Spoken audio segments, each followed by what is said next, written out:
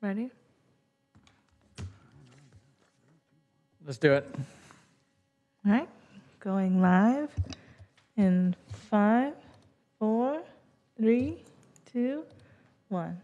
We are live. Good evening. Welcome to the November 14th, 2024 Rental Housing Committee regular meeting. The meeting is called to order at 7:01 p.m.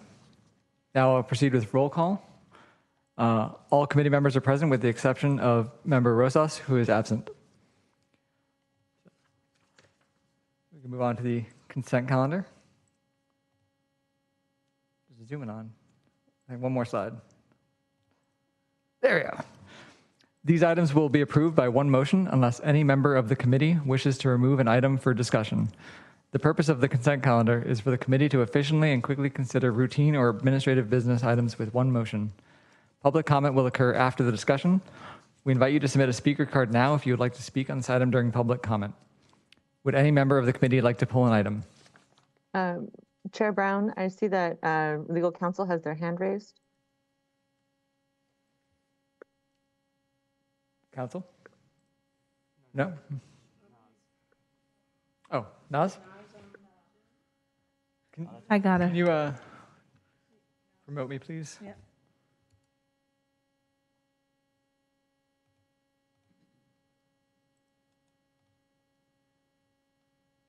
Now I will see hands.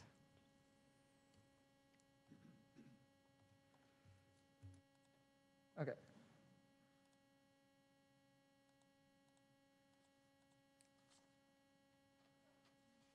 And she disappeared. Okay. All right. Robert. Yes, I would like to pull 3.3 for a question and some comments. All right. So, I think, yeah, would you like to move it to balance? Someone needs to move it. What would you like to move? I would move the remainder of the consent calendar. All right. So, item 3.1 and 3.2, moved by Vice Chair Ma, seconded by Member Keating. If anyone would like to comment on this, probably before the motion. Let's pretend we didn't make the motion. If anyone would like to comment on this item, please raise your hand now. You were talking about specifically 3.1? It's 3.1 and 3.2. Okay. So,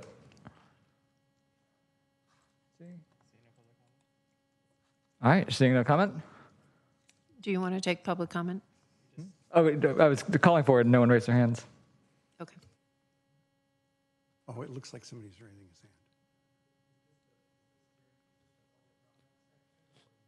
hand. Public comment for the consent calendar items. Yeah, no? Okay, so now, motion to approve items 3.1 and 3.2, made by Vice Chair Ma, seconded by Member Keating. Would anyone like to discuss? No? Can we take a roll call vote, please? Or turn the vote on? Yeah. Okay. I got that.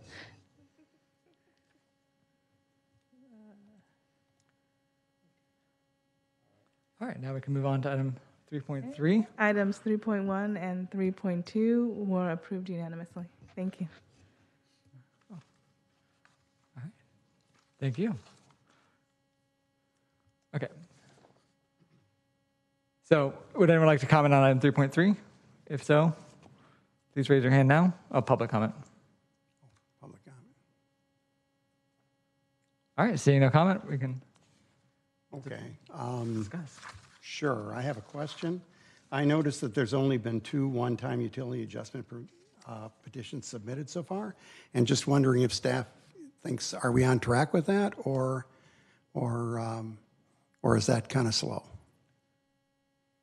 That was through this particular status report goes through the end of September. Mm-hmm. So we have received more than that. through today's date.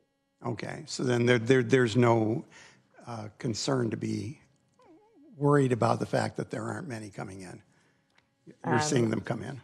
At this moment, we are not concerned, but we will continue to increase our outreach as we get closer to the end of the calendar year. Okay.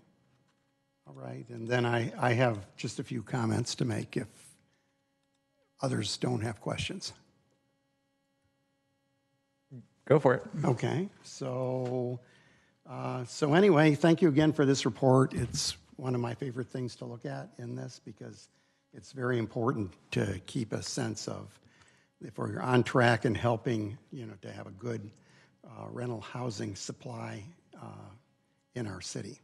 So anyway, a couple things I noticed. There are 17 tenant petitions on file for Q1 of the fiscal year. That would be working out if it comes out, to that times 4, would be around in the 60s. And then, last year was 68, so it looks like we may be getting closer to steady state on that, and I think that's a good sign.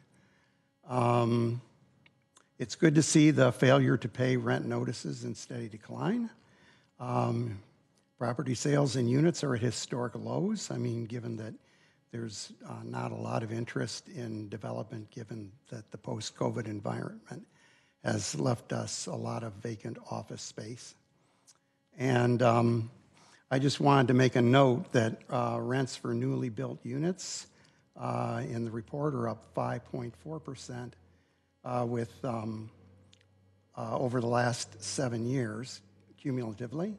And that's with a general inflation rate of 27%, and that rents for fully covered units are up 18% over a 9-year period during which we had 29% inflation, and that there's still a 58% premium for newly built units versus fully covered units. And the reason I'm calling this out is because I thought these were useful statistics to motivate what I may say on 6.1. So also that the vacancy rates for fully covered units that are 5% and newly built units are at 14%, and I thank staff for the answer to my question that the uptick in vacancies in newly built units is primarily due to new units coming online. So thank you. Those are my comments. Thank you. Now I would entertain a motion to approve 3.3.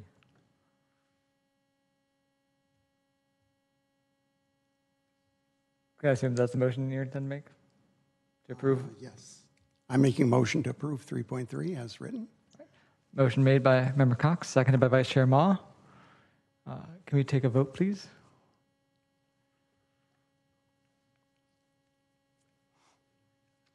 All right. The motion to approve 3.3 was approved unanimously. Did you want to say that? Okay. I don't want to steal your thunder. All right. All right.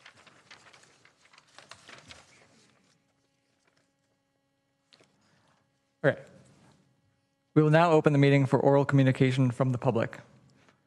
This portion of the meeting is reserved for persons wishing to address the committee on any matter not on the agenda. Speakers are allowed to speak on any topic for up to 3 minutes during this section. State law prohibits the committee from acting on non-agenda items. Would any of the member of the public like to provide comment on a non-agenda item? If you'd like to speak on this item in person, please submit a speaker card to city staff now. In-person public comments will be called to speak first. Any member of the public wishing to provide a virtual comment on this item, please click the raise hand button in Zoom or press *9 on your phone. Staff will display a countdown timer on the screen. Thank you. We'll call Speaker Kumaran first. Oh, Turn on the mic. I got it. Can you hear me? Yep. Okay. Just aim to the mic. There we go. Is that better? Okay, there we go. I wanted to make a general comment about the CSFRA petition process as I've observed it. As I read through some of these decisions, I was concerned about what seemed to be kind of a one-sided nature of how these hearings and proceedings have been going. One of those concerns was one of those concerns was the lack of any kind of limitation on claims by tenants. So, for example, a tenant can go back a decade and try to collect rent adjustments, and there's no limitation on this whatsoever. That was a little bit disturbing to me, because if a landlord, for example, wanted to collect damages from a tenant who damaged the property, they would, of course, be limited by some kind of statute, most probably 4 years for breach of written contract or something. So it seemed very asymmetric that a tenant can say, well, 8 years ago, the landlord owed me something, some rent adjustment, and I can collect it now. So that was a little bit disturbing to me. And that sort of flows into if the tenants sat on their rights, there was no penalty for that whatsoever. So a tenant that didn't bring a petition just could sort of bring it at any time without any sort of sense of urgency. So this seemed a little bit off to me. And the other thing that really concerned me was what seemed to be a very punitive nature of decisions made on these kinds of petitions. For example, one of them is trying to find some kind of technicality in the CSFRA, which would then allow the decision to double the amount of money that was paid out to the tenants, where that the tenants may not have been owed that in the first place had they just spoken up and filed a petition in a timely manner. So my concern about the process kind of stems from an issue of fairness, where time and time again, California courts have held that if somebody sleeps on their rights, there's doctrine of latches, there's statute of limitations, but if they don't do something in a timely manner that prejudices the other party, that there is a penalty for that. They can't really proceed that way. So I kind of encourage you all to think about the process in general, which is why I'm making a general comment rather than a specific one, which will be heard later, obviously. But this is more of a general comment of what I've observed through this process to sort of improve the sense of fairness for everybody involved, because we not only want to protect the rights of tenants in the city, but also make sure the landlords are treated fairly as well, especially when most people are just trying to do the best they can. So that's kind of my observation. Hopefully that's something that can be helpful. Thank you. Thank you. Thank you. Now we have the speaker, Bindu. Hello, can you hear me? Okay, I have my comments written. My name is Bindu Pothan. I have a background in sociology and a master's and PhD in education from Stanford University. I have worked in low-income communities in Berkeley, San Jose, and Redwood City, in nonprofits, and as an elementary school teacher. My current work is in the ways we can create equitable outcomes for all students, and I understand that housing is an element of this. I understand the intent behind the Rent Stabilization Board and the petition process. However, as with many things, good intent can lead to unintended consequences. The message being sent to mom and pop small business landlords is that they are not welcome in Mountain View. Small owners do not have the resources to fight one-sided decisions by the board, leading them to sell to developers who then redevelop the land into new construction that's no longer subject to rent control. These developers are not beholden to rent control, and the longtime tenants of the small complexes are driven out of the housing that they could afford. I strongly urge the board to examine their policies, procedures, processes, with the help of outside evaluators, as we do in education, to truly determine if all the cases have resulted in equitable outcomes for all parties. A nuanced look is required. When longtime property owners who have served the Mountain View community and its residents in providing affordable housing, working with tenants when they cannot pay rent, and not just having empathy for the struggles they may be going through in life, but making accommodations for the benefit of their tenants, should not be considered in the same way as landlords of large complexes or those who are trying to get away with something. For equity to work, we all have to look at the whole system and ask ourselves whether the system that has been set up is really working for the people you are trying to protect. Thank you. Thank you.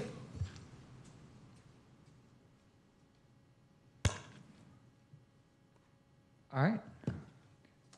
Seeing no more comments and no raised hands,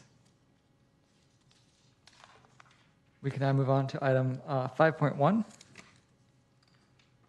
Appeal hearing officer decision for petition number C23240043. The Rental Housing Committee, in hearing the appeal, is acting in a quasi-judicial fashion and will conduct the hearing in accordance with those standards. Staff will detail the appeal hearing process in their presentation. Before we get started, RHC members are required to disclose any communications they have had with any of the parties to the petition or the parties' representatives and the substance of those communications since the date the petition was filed. The decision of the RHC is to be based on the record presented to the hearing officer. Information disclosed to any RHC member that is not part of the record is not to be considered in the hearing. Do any RHC members have ex parte communications that need to be disclosed? All right, seeing none, we will now proceed with the hearing. Are there any members of the public who are not parties to the petition who would like to speak? In-person public comments will be called to speak first. Any member of the public wishing to provide a virtual comment on this item, please click the raised hand button in Zoom or press star 9 on your phone. Staff will display a countdown timer on the screen. You'll each be given 3 minutes. Can I clarify that public comment is on both appeals? So if anybody wants to comment on item 5.1 or 5.2, this is the opportunity. Yes. If you'd like to comment on item 5.2, which is the appeal hearing officer decision for petitions number C23240025, now is also your opportunity to speak.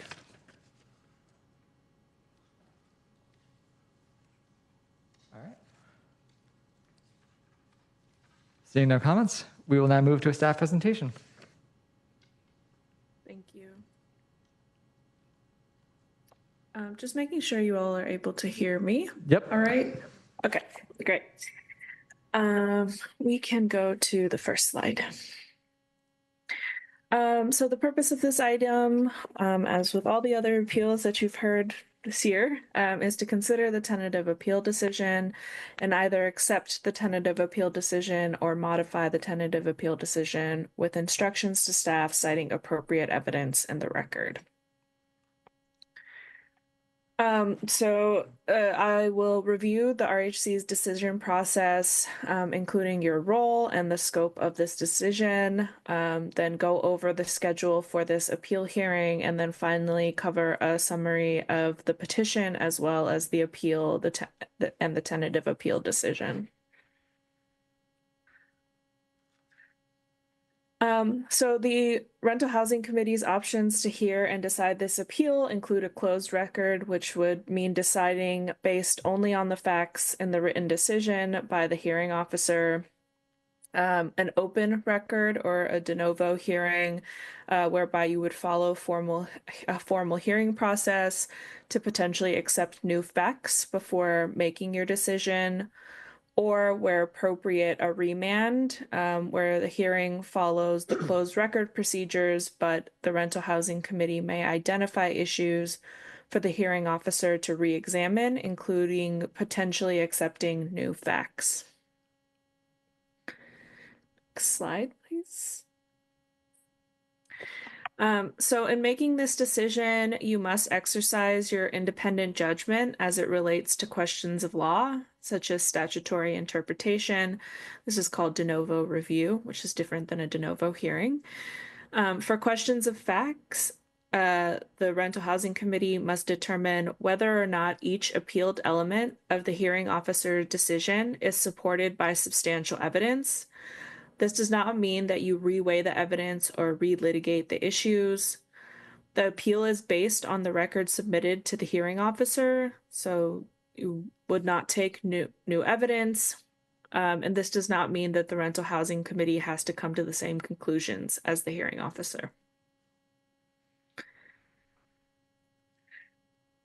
So staff at this time is not recommending a de novo hearing that would require a new formal hearing, and which would take significant time to prepare for the Rental Housing Committee. The existing evidence in the record is sufficient, and the existing record demonstrates adequate review and ample opportunities for the parties to present relevant evidence. The decision on appeal shall be based on the hearing record, and the committee shall neither hear nor find facts in addition to those presented to the hearing officer. This includes considering any new documentation or evidence that was submitted for the first time on appeal. So you should not consider any new evidence or new information that is put forth by either of the parties in reaching your conclusions. So the petition filed by the tenant defines the scope of the hearing officer's decision, and I will summarize what the petition, what the claims in the petition were, and the decisions that the hearing officer made on each of the claims that were made in the petition. And similarly, appeals of the hearing officer decision limit the scope of the rental housing committee's review on appeal. This means that only those issues that are raised by the landlord's appeal should be considered and decided on, and anything beyond that that was not, any facts or conclusions of law that were not appealed by the landlord in this case should not be considered and are not part of your review. So this is just visual of the decision process. Okay, so the schedule for this appeal hearing, the chair has already taken public comment applicable to all the appeals this evening. We are currently in step 1, which is the staff presentation. After I wrap up, the appellant landlord will have 10 minutes to do their presentation, followed by the respondent tenant, who's given 10 minutes. And then each of the parties is given a rebuttal in turn, first with the appellant and then respondent.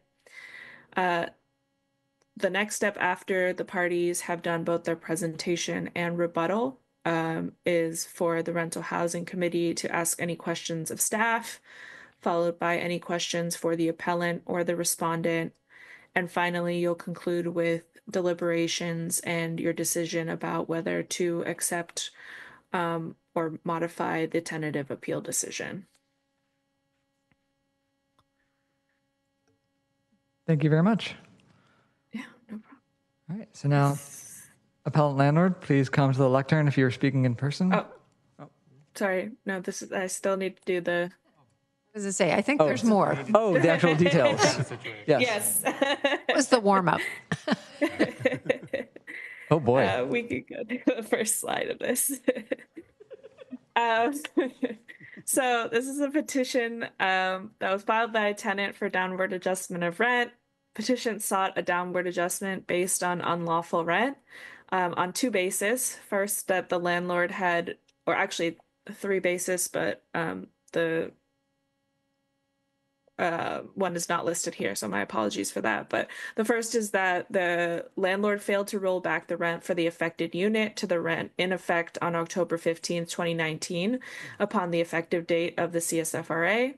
The second is that the landlord imposed rent increases in excess of the annual general adjustment in 2019 and 2020. And then the third basis was that the landlord failed to register their unit in 2021.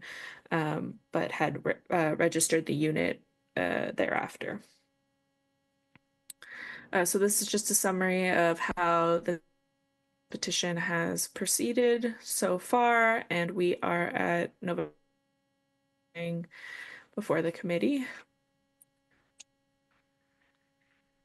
So to summarize the hearing officer's decision, the tenant met their burden of proof that the landlord had unlawfully demanded and retained rent in excess of the amount permitted by the CSFRA because the landlord failed to roll back the tenant's rent to its level on October 15th, 2019, as required by CSFRA section 1702B. And then building off of that, the hearing officer concluded that the landlord had not substantially complied with the CSFRA because they had not rolled back the rent or refunded any unlawful rent that had been retained. And so all the rent increases imposed between December 23rd, 2016, which is the effective date of the CSFRA, and October 31, 2023, which is the date that the tenants vacated the affected unit, were unlawful and void.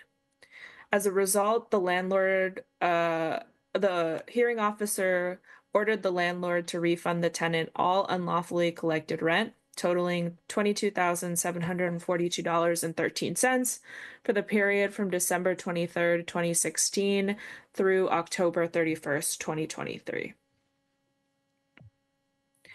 As to the other issues that were raised, the hearing officer determined that since all the rent increases were invalidated due to the landlord's non-compliance with the rollback requirement, the issue of whether the 2019 and 2020 increases were lawful was moot. Similarly, since all of the rent increases were nullified, and there's no mechanism for retroactive registration of units, and the affected unit had been registered since 2020, the question of the landlord's failure to register in 2021 was also moot.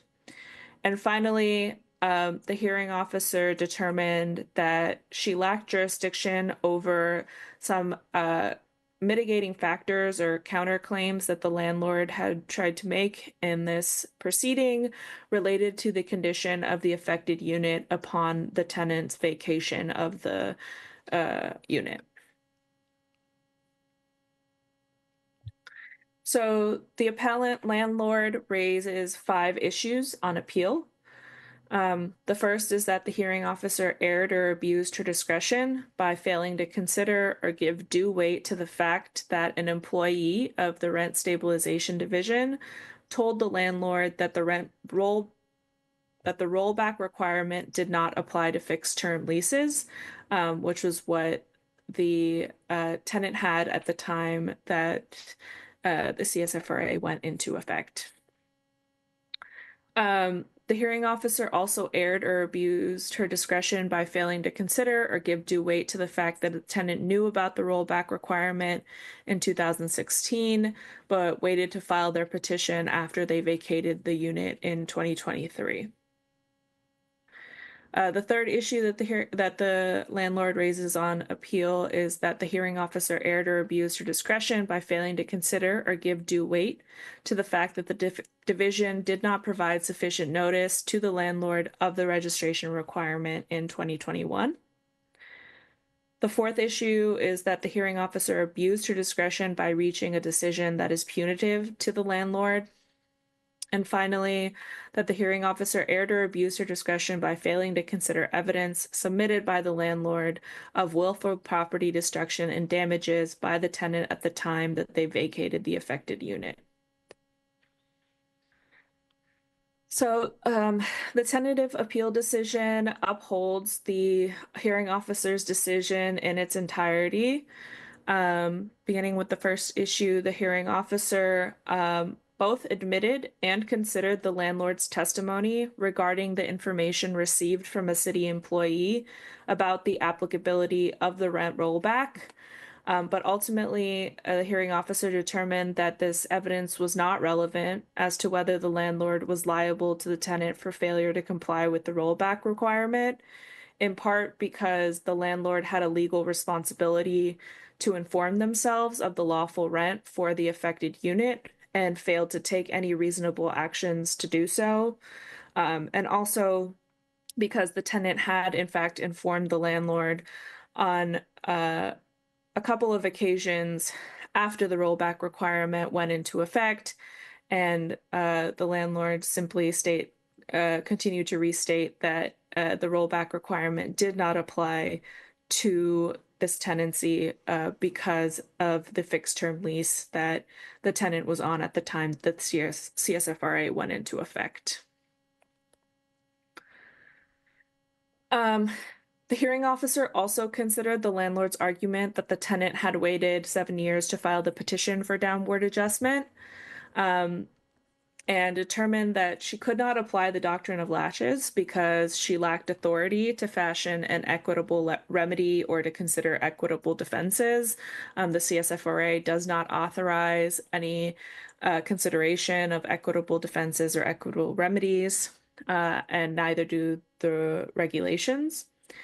The hearing officer also determined that she could not apply the doctrine of waiver or forfeiture because it's CSFRA section 1713 prohibits waiver of a tenant's rights under the CSFRA, and also because there's case law in California providing that the law requires any condition involving forfeiture to be strictly interpreted against the party for whose benefit it is created, which essentially means that to the extent that they can, the courts will not have a party forfeit their rights. And in this case, her determination that they had waived their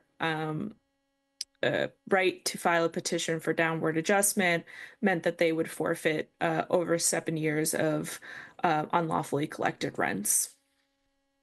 And then finally, neither the CSFRA nor the regulations impose a statute of limitations on filing petitions. Third, the hearing officer's finding that the landlord had failed to register in 2021 did not affect the outcome of the petition. As I mentioned, the hearing officer determined that this issue was moot because the issue of rent increases had already been invalidated by the landlord's failure to substantially comply with the CSFRA because they did not roll back the rent as required. So the tentative appeal decision does not reach the merits of the landlord's argument on this point, since it would not affect the outcome or the award that was provided by the hearing officer. The appellant landlord's fourth argument is essentially the same as their second argument and therefore fails for the same reasons as their second argument.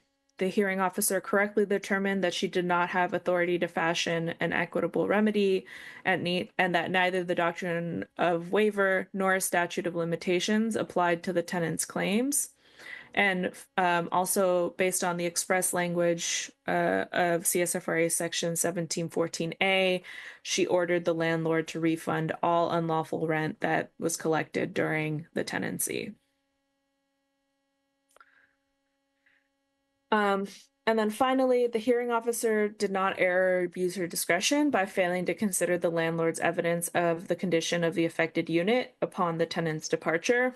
The CSFRA limits the jurisdiction of the Rental Housing Committee and the hearing officers that it appoints to the 4 types of petitions that are outlined in section 1710 of the CSFRA. The regulations authorize only a few other types of petitions that are related to those 4 types of petitions in 1710 and which do not cover the landlord's claim regarding the condition of the rental unit. More importantly, state law actually governs issues related to a tenant's responsibilities and a landlord's rights related to the condition of the rental unit upon termination of a tenancy, and therefore the hearing officer was preempted from being able to consider these issues, and the forum of this administrative proceeding is not the correct place for the landlord to raise these issues. So ultimately, the hearing officer correctly concluded that she lacked jurisdiction to consider this issue in the petition hearing.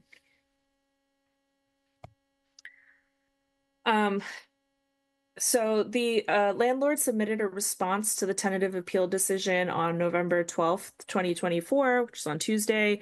And in it, the landlord raises a number of additional issues. First, the landlord claims that the city staff person to whom they spoke back in 2016 or 2017 sometime surely knew that the tenants had lived there previously because there's no other reason for the property manager to call about the rent rollback if it was regarding a new tenant in a new 1-year lease. Additionally, the landlord claims that they have met all of the CSFRA requirements to date, including paying their annual fees and believe they should be granted the 2018, 2019, 2020, 2022, and 2023 increases that they imposed during the tenancy. Third, that the appellant submitted a new worksheet to show rent collected from the rent they collected from December 2016 to October 2023. Next slide. Fourth, that the landlord has always provided 60 days notice of rent increases that were signed and accepted by the tenants. Fifth, there's no evidence of any form of retaliation against tenants at the property. Sixth, that an email exchange demonstrate that the tenants were aware that the landlord's understanding of the rollback requirement was incorrect in 2022, but waited until they moved out in 2023 to file the petition. That the landlord has never willfully ignored any requirements of the CSFRA or others imposed by the city. That the tenants did not provide proper notice that they were moving and left the property in bad condition, demonstrating their poor character. And finally, that the landlord raised rents minimally and in compliance with the AGA each year, and approving a $22,742 refund is not in keeping with the spirit of rent control and the spirit of the rent rollback. So to address each point in the appellant's response. As to the first point, as the hearing officer concluded, the evidence of the information received from the city employee did not eliminate the landlord's duty to inform themselves of the lawful rent for the affected unit, which they ultimately did not do. The city employee is not their legal counsel, and any information that they provide to them is not intended to be legal advice, and at no time did in those 7 years did the landlord take steps to determine what the lawful rent for the affected unit was. Second, the hearing officer concluded, based on substantial evidence in the record, that the landlord had not substantially complied with the requirements of the CSFRA because they had not rolled back the rent and had not refunded any unlawful rent that was collected, and therefore correctly invalidated the rent increases that were imposed. Third, as to the worksheet that was submitted with appellant's response, this is new evidence. It was submitted for the first time on appeal and was not submitted at the hearing, and therefore is outside the scope of the hearing record and should not be considered by the Rental Housing Committee in reaching its decision. A copy of it was provided to the Rental Housing Committee, but they were directed to not look at it and not consider it in reaching their decisions. And that is why a copy was also left out of the agenda packet for this evening's meeting. Fourth, the tenant's acceptance of the rent increases did not constitute a waiver of their right to petition based on unlawful rent, because as we mentioned, and as the hearing officer indicated, CSFRA section 1713 prohibits waiver of a tenant's rights under the CSFRA.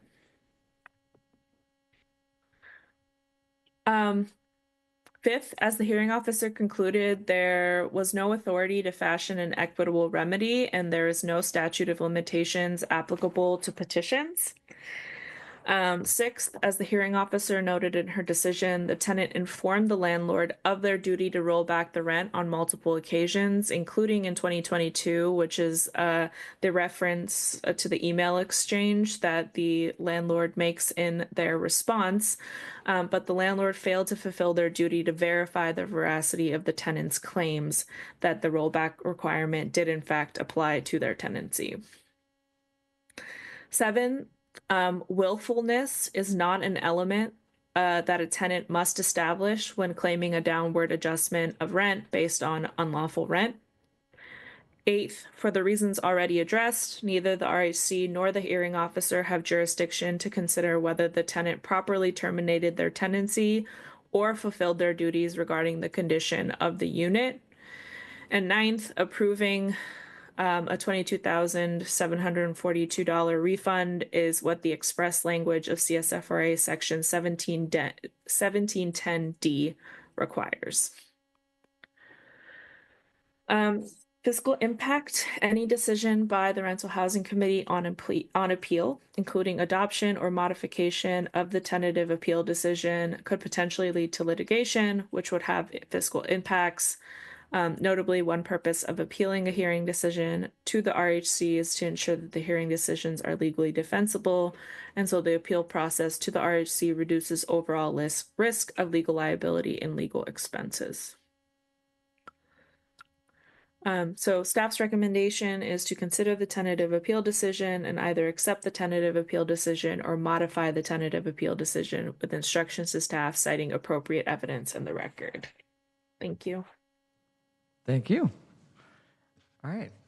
Now, time for the appellant landlord. Please come to the lectern if you are speaking in person, or click raise hand button in Zoom if you'd like to speak, and staff will temporarily promote you to a panelist. The speech timer will be displayed on the screen. You have 10 minutes. Welcome. 1 second. Go for it. Okay, thank you, committee. My name's David Verbera. I help the landlords, Tom and Ivy Pothen, owners of 310 Gladys Avenue in Mountain View, from time to time in getting the place rented, or if we need some repairs or what have you. But in this situation was when a tenant had asked us if we were going to do the rollback, and tried to get information. I mean, we honestly did. We looked online, emailed CSFRA, finally called CSFRA to hear it, as they say, from the horse's mouth as to what do we have to do to comply. And we thought we were in compliance. So anyhow, I'm not going to reread everything that the attorney just read. But really what we were here is asking the committee to modify the appeal to a fair amount due to the tenant, based on doing the rollback to the original $13.95 and then allowing the lawful rent increases that CSFRA allowed every year based on that. And also it appears that there was some arithmetic, some addition error when the petitioner submitted to the hearing their calculations of how much they overpaid. So being that the attorney said that you're not allowed to see our request for modification of the amount owed to the tenant, you don't have it. So you don't have our calculations that showed that the tenant overpaid, or the tenant's actual payment of rent during the time of the petition was $137,492.13. And what we're asking with the adjustments would have meant that the tenant would have only paid, if they did the rollback and just did the minimum percentage allowed by the CSFRA every year, they would have only paid $125,140.44, which the difference of overpayment would have been $10,882.40. And that's what our appeal is just to do a modification of the amount that is owed to the tenant. And I mean, just to give you a little bit of history of the landlords, it's just a couple. They only own this building in Mountain View. They've always been very fair in their rents. When the tenant moved out, the rents was about a little over $500 below the market rent. And even when she moved in 2012, she had a guarantor, her father. The landlords charged her below market rent to help her out. And through the whole time that they were there, whether there was rent control or not, there was never ever abuse of rent. They were always very minimal, $35, $50, but it wasn't like $100, $200, $300 that a lot of the reports were of big landlords doing, and the reason for passing the CSFRA. So what I want to say is that the landlords have always acted in good faith, have always tried to work anything out with their tenants, never have been in violation. When they did find out about the registration, they did register for the past years, but the system doesn't allow to show that they registered for the past year that was brought up in the hearing. So they've always paid everything up to date, even when they found out late that they had to register. And then the other part is just saying that the tenants, while they were there, always showed to be kind of sneaky and trying to get away with things. You know, she moved in the boyfriend, Sean Turley, without notifying us, and later on they were growing marijuana at the unit, I guess to help pay the rent, I don't know. And we gave them opportunities because they were young and they were just starting in life. And it just feels like this decision is just punishing the landlords for a mistake and not being fair. And that's all we're asking, is just for fairness to allow that modification of the amount due to the petitioner. And I'm not sure if Tom would like to say something. And if you have any questions, I mean, feel free for you to ask us. And thank you. I'm sorry, I'm a little nervous because I'm not used to speaking in a situation like this. You're doing fine. Thank you. You did fine. Welcome. Hello, hi. My name is Tom Pothen, and myself and my wife, Ivy Pothen, we have owned this property. We have owned this property for the last 25 plus years. We never had any such instance. And when the city ordinance came in 2015, and the city asked all landlords, and subsequent reminders, 2 reminders came. We asked all the 6 tenants in the units whether they wanted to take a lease or not. Even before that copy was given to the tenants by David, who helps us with the management, these ex-tenants, the Turleys, who, as David said, we could have evicted earlier, but we held on, we gave them a chance. The people wanted to grab a 2-year lease because the rents were much below the going rates in the area. Now, looking back at it, we had ample reason to evict them, but we did not, and we could have jacked up the rates too, where all the other landlords may have been charging. The rollback at that time, when we wanted to find out about it, is when David Verbera contacted the city and they asked him, is this a new tenant or is this an existing tenant? And David had mentioned this is an existing tenant who is seeking for a longer term stay.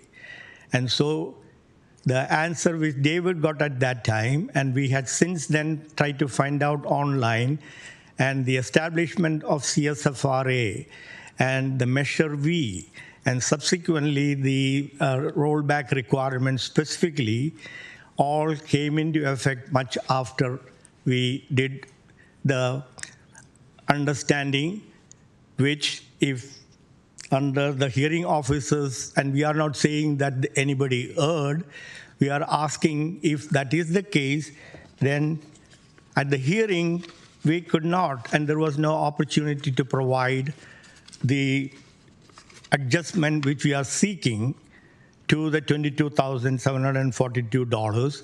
We are only asking that we will roll back the rent to $1,395, apply the 3.4, and it is unfortunate that if you all are not having a chance to look at that, to see the reasonability behind it, because the adjustments take from 2018 of $1,395 to $1,703 in 2023 before they left. And if you use that calculation, which we did, the amount, because although we still firmly believe that the rollback was not done because of the reasons explained, the amount over collected is only $10,882.40.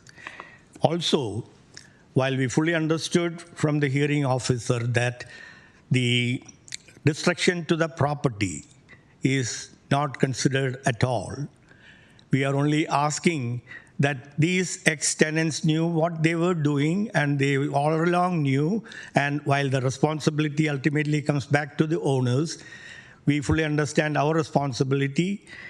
We feel that that shows their character and intent of wanting to stay there for another 7 more years. They possibly would not have left, and they left only because, that's my firm belief, that when they asked for Wi-Fi, high-speed Wi-Fi, we had told everybody that this is the type of Xfinity internet is what we have for the building. This is an old building, and he got absolutely upset. Mr. Turley got absolutely upset about it, and he said that he doesn't want to do anything with the property anymore. And after a few 10 months or so, without giving a 30-day notice, he left the property. And based on all this, we are asking for consideration about the overall situation in this and the type of character the ex-tenants were. Thank you. Thank you. All right. It is now time to hear from the respondent tenant. Please come to the lectern if you are speaking in person, or click the raise hand button in Zoom if you'd like to speak, and staff will temporarily promote you to a panelist. The speech timer will be displayed on the screen. You have 10 minutes. I believe the Turleys. All right.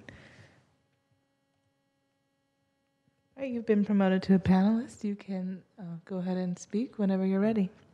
Welcome. Thank you. Thank you. In regards to the petition was filed on 2 items: non-compliance of rent rollback and the annual general adjustment, AGA, over the allowed amount in 2019 and 2020. The petition does not touch on any other issues brought up by the landlords as stated during the original hearing or in the 2 appeals. Any items outside of these 2 issues noted in the petition are out of scope. Do you want me to say this? In regards to the state of the apartment when we left, we did receive a bill after we had vacated and settled any outstanding payments. We forfeited our deposit and paid additional amounts. In regards to the worksheet, we went to multiple office hours with the City of Mountain View to ensure the calculations on the worksheet were correct, and they validated this data multiple times. We are well within our rights as previous tenants in Mountain View to leverage petitions provided by the CSFRA. The fear of displacement for filing the petition while inhabiting the unit was a very real concern. During the tenant workshops, it was suggested that should we fear any eviction due to Measure V, we are within our rights to proceed as usual and file a petition as we moved out, however long that would be. Housing in the Bay Area is not easy to come by, and at the time we feared housing insecurity.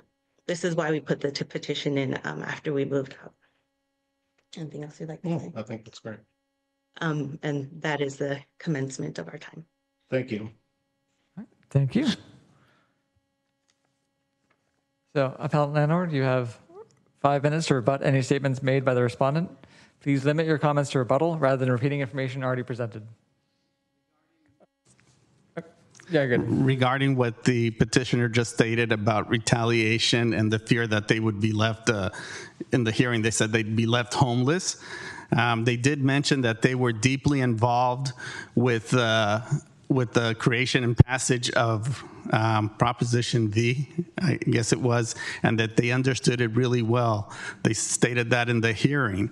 And so they knew in that petition that the landlords are not allowed to do unjust evictions. It has to be just evictions, and the unit was covered under that, and that they couldn't do retaliatory rent increases just because they filed a petition.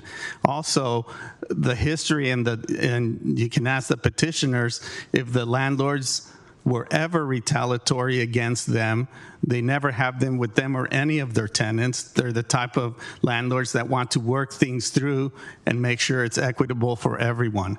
And so that statement, I think, is just not true, that they fear that the housing expenses in the Bay Area are so high that if they said something, we were going to end up retaliating against them.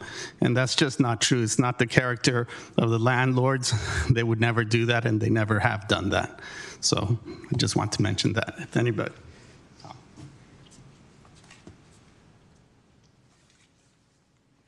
Also, like David said, that if he had come to us and asked about a reasonable adjustment to any of those numbers, rather than waiting for the extortion of money, we would have complied with that. The other thing which I wanted to say about CSFRA is we have paid all the dues, although the website was the only one which was not updated in 2020 or 2021. However, if we were in default for any of the reasons, then the city would have stopped the supplies of the utilities, the water, and the garbage collection, and all 9 yards, and the tenants would have been screaming hell on top of us. Having said all that, the minimum thing which we are asking as the adjustment is the CSFRA rent increases, which unfortunately, I don't know, we may have seen a copy of the calculation, and based on that, it should be adjusted downward. And the other avenue which leaves us then is about the property destruction. And such people have to be taught a lesson, in my mind, that what they do to landlords and then try to extort money should not be left the way they just disappeared without having any consideration for what they have done. That's it. Thank you. Thank you. All right, respondent tenant, you have 5 minutes to rebut any statements made by the appellant. Please limit your comments to rebuttal rather than repeating information already presented. Thank you. We did not craft Measure V. We were not involved in writing it. We remained informed voters of the city of Mountain View. CSFRA Measure V was voted upon and went into effect. Like I said, we remained informed voters. As people who are doing business in a certain place, we would think that they would be informed on the laws of that area as well. As to, again, any items on the state of the apartment, as we talked about, we already addressed, so I will not bring it up again. Thank you. Thank you. Thank you. All right. And now it is time for questions from the committee. RHC members, do you have any questions for staff? Robert? Get back here so I can hit the request to speak button. Okay, there we go. Yeah, just question to staff. We've heard in previous hearings that that the staff offers workshops to all of the landlords to familiarize themselves with the CSFRA. Can you explain whether there was any, when the CSFRA became law, whether staff reached out to landlords with any communication about, what was, the substance of the law, particularly with respect to rollbacks? Absolutely. Yes, especially upon the adoption of this new law, there were numerous workshops being held, there were postcards being sent, there were email lists created where people could sign up for updates. So there was a lot of outreach. Actually continuing, not just at the startup of the CSFRA. Okay, but I hear you telling me about stuff that you sent notices about, here's how you can become informed about what the law is. Did anybody in the city ever send a link to the website where it was? Yeah, okay. So we sent newsletters, with the key elements of the CSFRA and a link to our website. It does I did hear they were trying to find information online. I think there's a lot of information online, and that was established right at the start of the CSFRA. Okay, yes, thank you for that. Thank you. Vice Chair? Thank you. The tenant mentioned that they checked with city staff on the validity of their spreadsheet. Is that in the record? Informative inquiries are not on the record, I think, especially not in the earlier years. Okay, so it's just, that's, at this point, that's just verbal testimony. Whether that's directly true is outside the scope of this, okay? And I'm sorry to interrupt, but I did just want to note that the landlord's testimony that they just gave now, or their part of their presentation, they indicated that they were trying to find information online about the CSFRA that directly contradicts their testimony that they gave at the hearing, which was that they, for one, the property manager relied solely on the owners to provide him with information about any new laws, and that the owners testified that the only thing that they did was look out for mail. So they did not at any time during the hearing testify that they had attempted to look for things online or anything like that. So that should be disregarded in making your decision because it is outside the scope of the original record. Thank you. Edie? Thank you. To staff, I'm curious, either in the CSFRA or in regulations, what guidance there is about tenant petitions after they've moved out.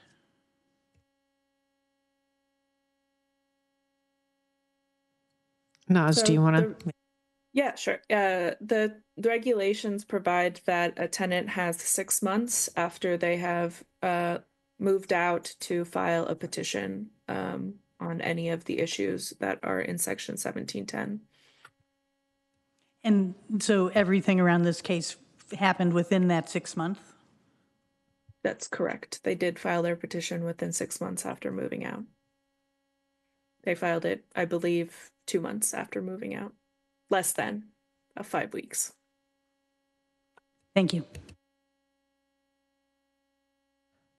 And then this might be to you or Naz. For the right to lease ordinance, can you just clarify the ability for a landlord to raise the asking rent under the right to lease ordinance when offering a new lease, when converting from month to month to a fixed term?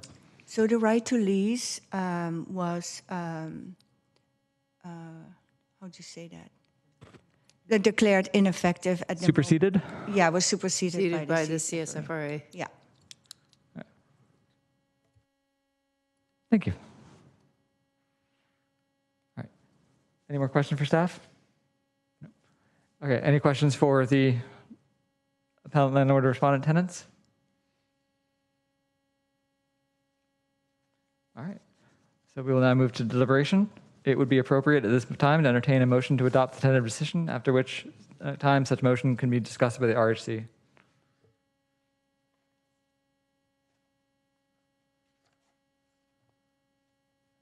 Mark? Deliberation, yep. Yeah, so anything goes, yeah. Fairness is a really difficult thing here. We have many apparent lacks of fairness on both sides of petitions that have come through this committee, in my opinion. The voters of Mountain View passed a charter amendment with 53% of the vote. And the CSFRA intentionally really spells out in great detail what the policies, spells out in great detail what how things operate, what the different policies are. And in my understanding of it at the time, and I followed it very closely because around that time, Mountain View was not the only city doing this. There was one a few years later in Sacramento. It was expressly designed to take away discretion from councils like committees like this and even the city council. In fact, this rental housing committee and the city council of Mountain View have no ability to modify the law because it was passed as a charter amendment by the voters. If the voters want to change the law, they must pass it a new charter amendment to actually change the law. That gives you an idea for what was behind the CSFRA when it was created. So the situation we're in now is that we are tasked with effectively implementing the CSFRA and protecting the city's liability. And we have legal advice to help us do that, to help us interpret the statute, or the charter amendment, rather. This is ultimately, whether it's voters or legislature, there's good law and there's bad law. And it is really up to the voters to assert themselves and determine if they're happy or they're unhappy with laws and change them. But when laws are on the books, we are charged to operate within those laws. There is as we've talked about before in this forum, there is the right to go out to a court of law within the parameters of the legal process, which you can get advice on. But again, that is going to operate within the law that has been that was passed by the voters, by 53% of the voters. So I think that there's a very high pain threshold for missing legal terms, technicalities, whatever we want to call them. And I certainly appreciate that both sides, both tenants and landlords, can dramatically compound their liability by missing key provisions and then following through on the consequences of those missed provisions. So I take this very seriously. I certainly understand what you're saying. Ultimately, this is the responsibility of the voters of the city of Mountain View to decide what kind of operating model we want to have here. Thank you. Robert?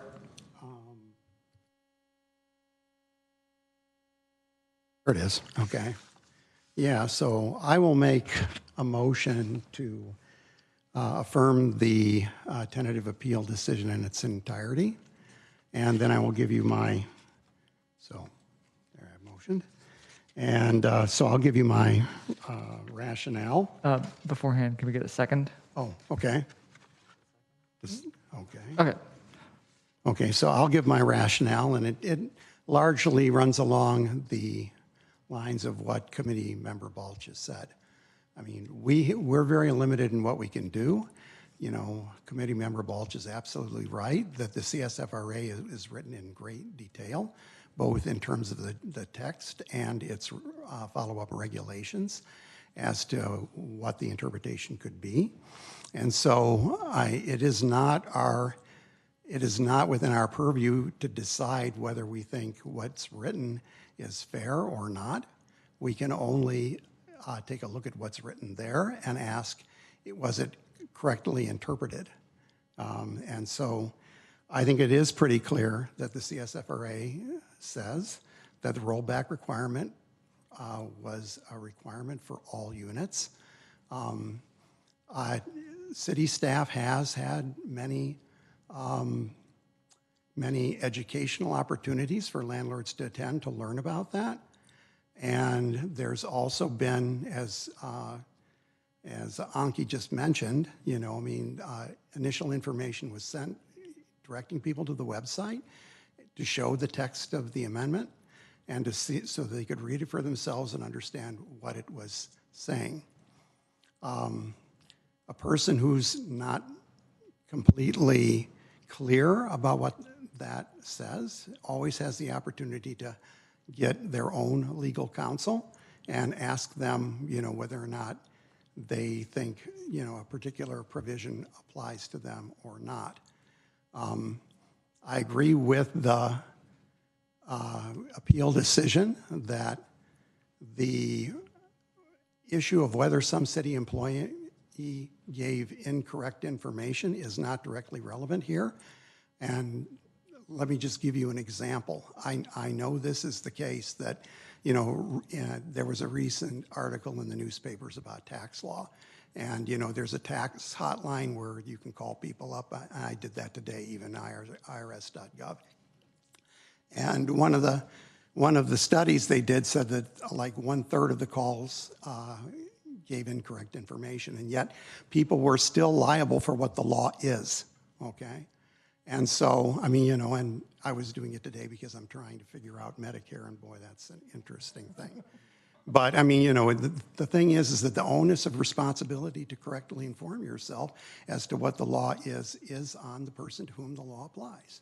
So, I mean, you know, we don't have, and it's pretty clear in the CSFRA that about what's not there, and that is a, you know, statute of limitations on the rollback while the tenant is still there, and it's not completely open-ended, as we just heard, that 6 months after the tenant moves out, you know, he doesn't have the opportunity to then file the petition. So that's the way it is. I think it's an unfortunate situation you're up against, because in reality, you may have acted in good faith, but you just didn't have all the best information, and there's consequences to that, and the same would hold for the IRS or any other similar situation. So,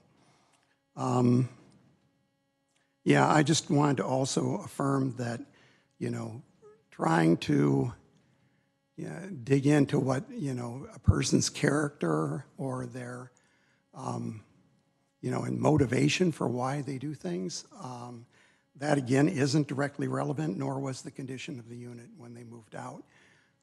You know, those aren't under our purview. We can't say anything about that. I mean, we have to go strictly on what the CSFRA has. And as Committee Member Balch said, we ran into this in a previous situation where you know, I mean, some people came to us and said, well, you know, I mean, we don't think this is fair. We don't think this is the way this should be enforced. It just really does come down to the fact that we just need to see what it is, and if you want to change it, you need to put an initiative on the ballot, you know, in order to get it changed. So that's what I have to say, and that's my justification, and I'll let other people talk. All right. Seconder of the motion, Edie. Thank you. So we heard comments tonight about fairness, and we need to consider not just fairness within this situation, this appeal, but also fairness between the many, many different situations where rent increases were not allowed because of non-compliance with the CSFRA, because of making some error in at some point in the rent calculation. And so that would be, you know, that is our practice. That is what we've been imposing or interpreting or, you know, viewing as the right way to apply the CSFRA in many situations. And in considering, gee, should there be alternative ways, we also need to consider not only rules that would work well for a good landlord, but and a well-intentioned landlord, but we have to consider, suppose there was a bad actor.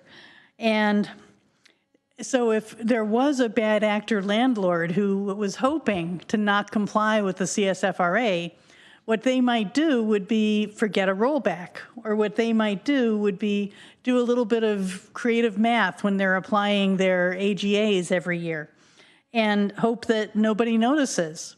And then if somebody does notice, and then our response to them was, oh, well, we're going to let you have all the rents you would have had if you did it correctly, then that's almost creating an incentive for the bad actors to try and get away with incorrect rents. And I think we're not, I personally would have great hesitation in creating such a system. So this is a large amount, and yeah, I don't think I have a better answer than what we're currently doing. And there is another type of petition, an MNOI, Maintenance of Net Operating Income, and with it might be something for you to look into if you feel that some rent increases on tenants there now would help you with this one-time cost that's coming because of this petition. Thank you. Thank you. All right. Okay. So yes, when it comes to this petition and appeal, I think that there's different aspects of fairness. I think that there is fairness in what is right with the totality, but there's also applying the law as it's written versus at the discretion of any one party. And acting in a quasi-judicial manner, I think that it is our role to apply the law as it is written. I think that is fairness in this context, even when the outcome is less than just from the perspective of any given party. And so I do support upholding the tentative appeal decision in its entirety. I think that all the points have been made by my fellow committee members, except for the vice chair, who's next in line to speak. Yes.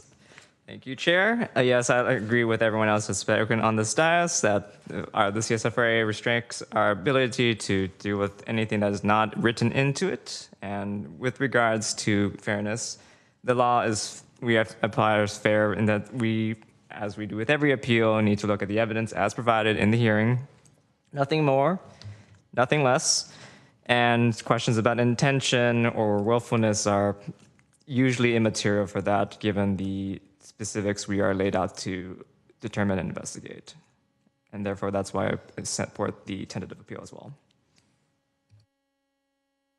All right, and now it is time to vote.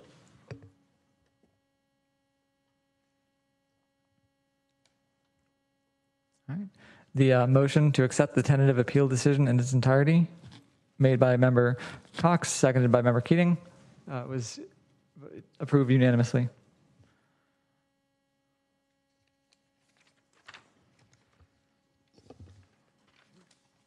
All right. We will now move to agenda item 5.2, appeal hearing officer decision for petition numbers C23240025. The Rental Housing Committee, in hearing the appeal, is acting in a quasi-judicial fashion and will conduct the hearing in accordance with those standards. Staff will detail the appeal hearing process in their presentation. Before we get started, RHC members are required to disclose any communications they have had with any of the parties to the petition or the party's representatives and the substance of those communications since the date that the petition was filed. The decision of the RHC is to be based on the record presented to the hearing officer. Information disclosed to any RHC member that is not part of the record is not to be considered in the hearing. Do any RHC members have ex parte communications that need to be disclosed? All right. Seeing none, we have already done public comment for the two appeals, so we will move on to the staff presentation. Okay. And before we get started, I did want to mention that we will have Mandarin interpretation for this item. And our interpreter tonight is Guy. Hello, can you hear us? Yes, can you hear me? Yes. Great. And before I open the interpretation room, would you mind translating some instructions for me? 好的，现在我们今天有中文的翻译在场，那么等一会儿呢就要给这位中文的翻译设一个同传频道。Is that okay? Yeah. And so if you are needing Mandarin interpretation, please click on the globe icon at the bottom of your screen and choose the Mandarin interpretation room. And if you want to just say that, and then I'll open the room. 好，现在想要听中文翻译的听众呢，现在可以去点击底下的同传按钮，一个是小球的按钮，然后你在里面选择中文频道，就能听到中文的同传。Finished, thank you. All right, I'll open the room.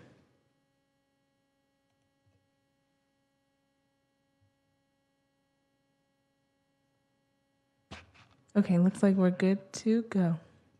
Thank you.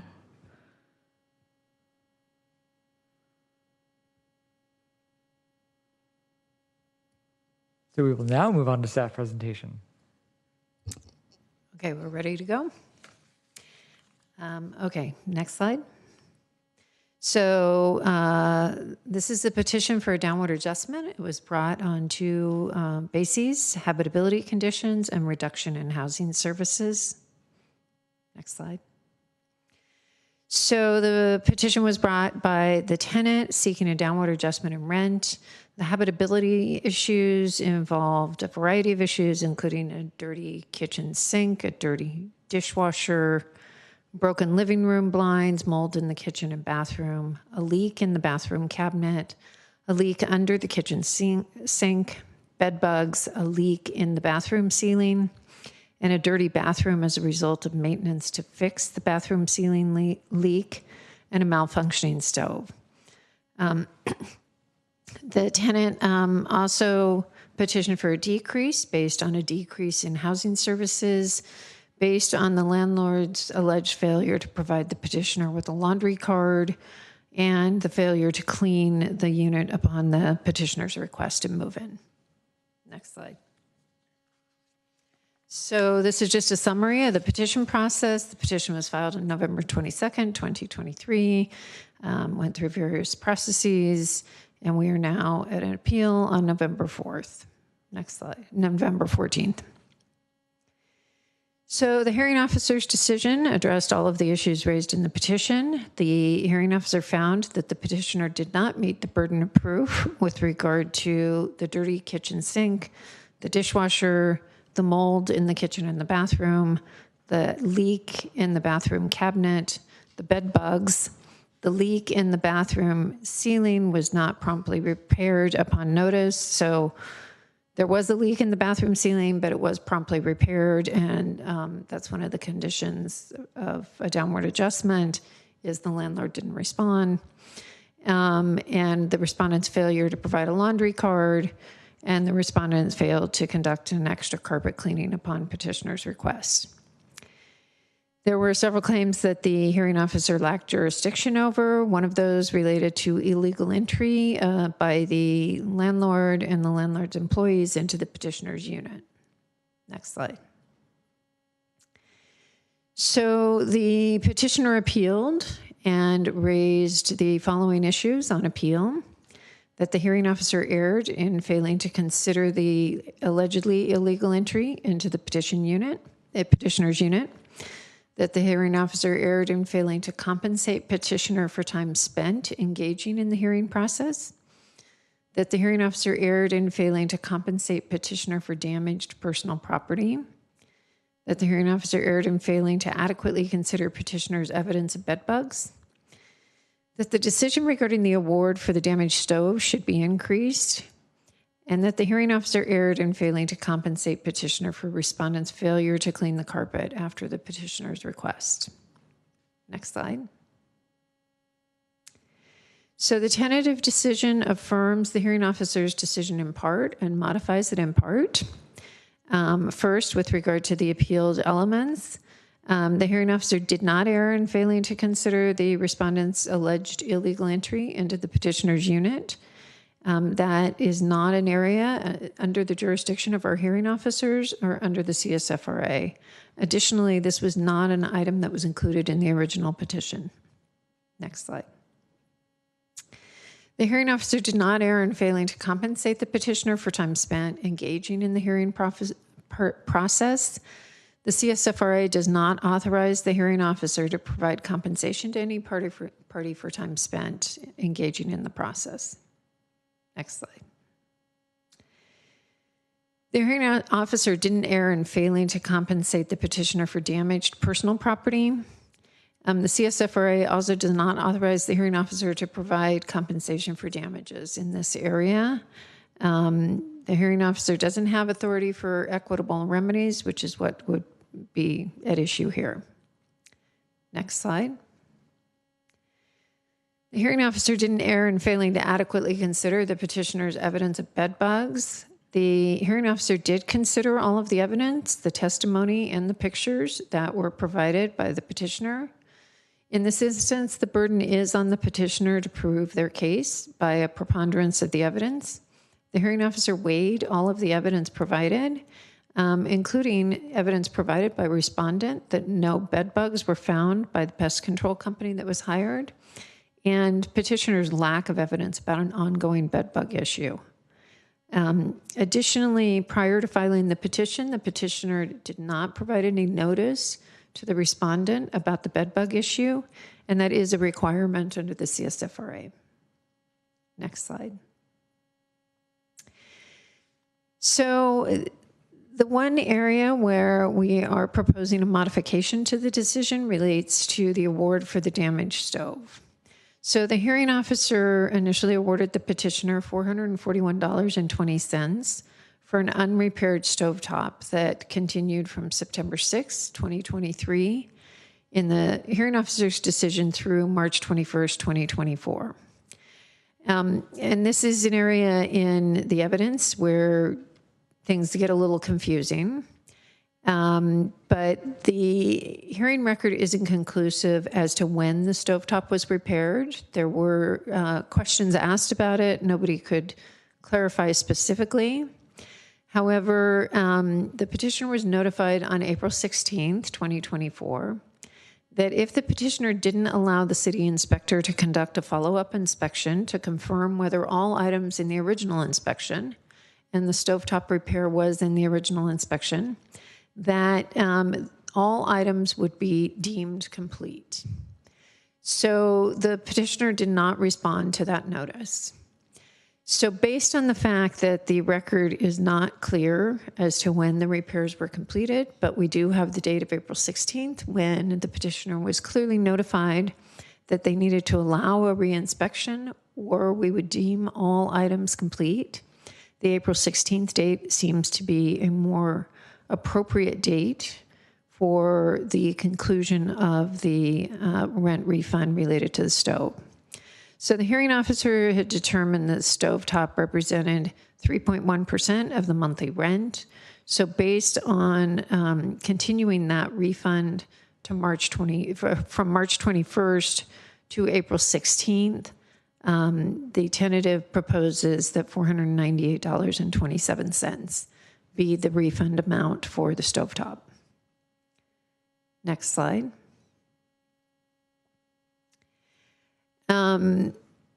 The hearing officer did not err, in failing to compensate petitioner for respondent's failure to clean the carpet after their request. The petitioner failed to meet their burden of proof that the state of the carpet represented a habitability issue. And the respondent did provide evidence that the carpet was clean prior to the petitioner moving in. Carpet cleaning are not regularly provided service at the unit, so it doesn't really constitute a housing service. Next slide. So the respondent landlord submitted a response to the tentative appeal decision on November 12th, 2024. And in that response, the respondent claimed that the refund related to the stove repair should not be increased, that all of the repairs were completed on March 21st, 2024, but no additional information was provided with regard to completion of the stove repair. And the record still does not contain any clear evidence as to when the stove repair was completed. So, the petitioner has claimed that the stove is still malfunctioning, that the repair was never completed. Next slide. So fiscal impact, just as noted previously, the adoption of the tentative appeal decision or modification of it could lead to litigation, which would have fiscal impacts. But these appeal hearings are designed to ensure that the hearing decisions are legally defensible. Next slide. So we are recommending you consider the tentative appeal decision and either accept it or modify it with instructions to staff citing appropriate evidence in the record. Thank you. Thank you. And are we going to move the interpretation back into the main room? Yes. All right, so those of you in the interpretation room, we are going to close the interpretation room at this time, and we are going to move to consecutive translation. And I do want to mention before I get started, please speak slowly to allow time for the interpreter to translate. And also please speak in short 2 to 3 sentences, and then allow time for the translator to translate your statement. I will be allowing double time to account for the translation this evening. All right. 双倍的时间。 Excellent. So, appellant tenant, please click the raise hand button in Zoom if you'd like to speak, and staff will temporarily promote you to a panelist. The speech timer will be displayed on the screen. You have 10 minutes. 上诉的租客，请现在去点击 Zoom 的举手键，然后工作人员会为您计时，您有10分钟的发言时间。 You have been promoted to a panelist. 现在您是可以发言了，您已经有权发言了。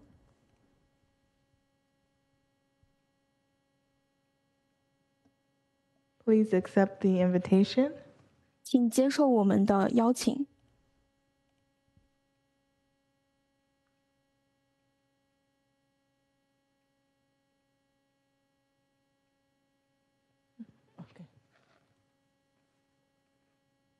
All right, welcome. 好，欢迎您。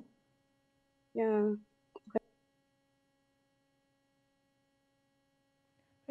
Feel free to unmute yourself, and if you would like, you can turn your camera on whenever you're ready.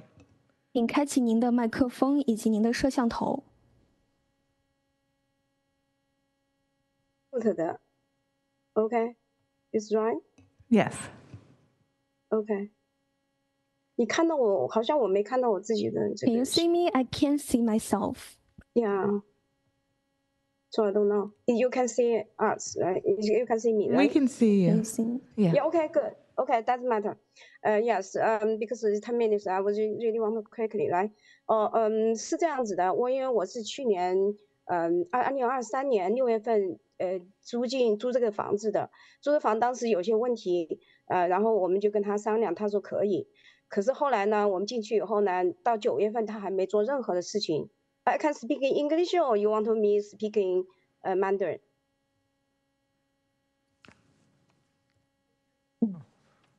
It's your preference. Oh, okay. Okay, yes, because we moved have the rent is last year was 2023, June 22.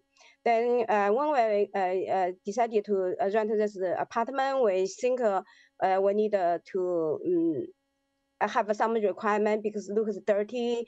Ask them to do the cleaning, they agreed to do it. But until then I left the California. Then I come back like due the September. And we don't have any the laundry car, and the people didn't do the cleaning. But before the time, both the manager and property manager says, yeah, they will do it, and they arrange the people coming to do it. But they follow up, nobody show up until September. And when I follow up the property manager, he threatened to me, asked me to move out. Then I started to fill the complaint to the city. That's the whole situation. Then after that, you can look the information. They didn't do anything, but the harassment asked a few times, asked me to move out, even though until June 24. June 20 and 2024, they sent a notice to us, asked me if I didn't didn't give me notice that if I'm not on the list, they will throw us out, which evacuate us. I have the document and send it to the city, even though I am still on the petition is for the government. So that's the whole situation. And also they didn't do anything, but they all the time they put the notice on my door. They said, oh, today I'm coming, but they didn't. And they said, oh yeah, we need a check-in and coming to look at move out check notice. I want to evacuate me out. And the few times I have information on my complaint, until today, they still want to do the ask me to evacuate me out. But we pay every month, never short one penny. But the landlord didn't do whatever they should do it.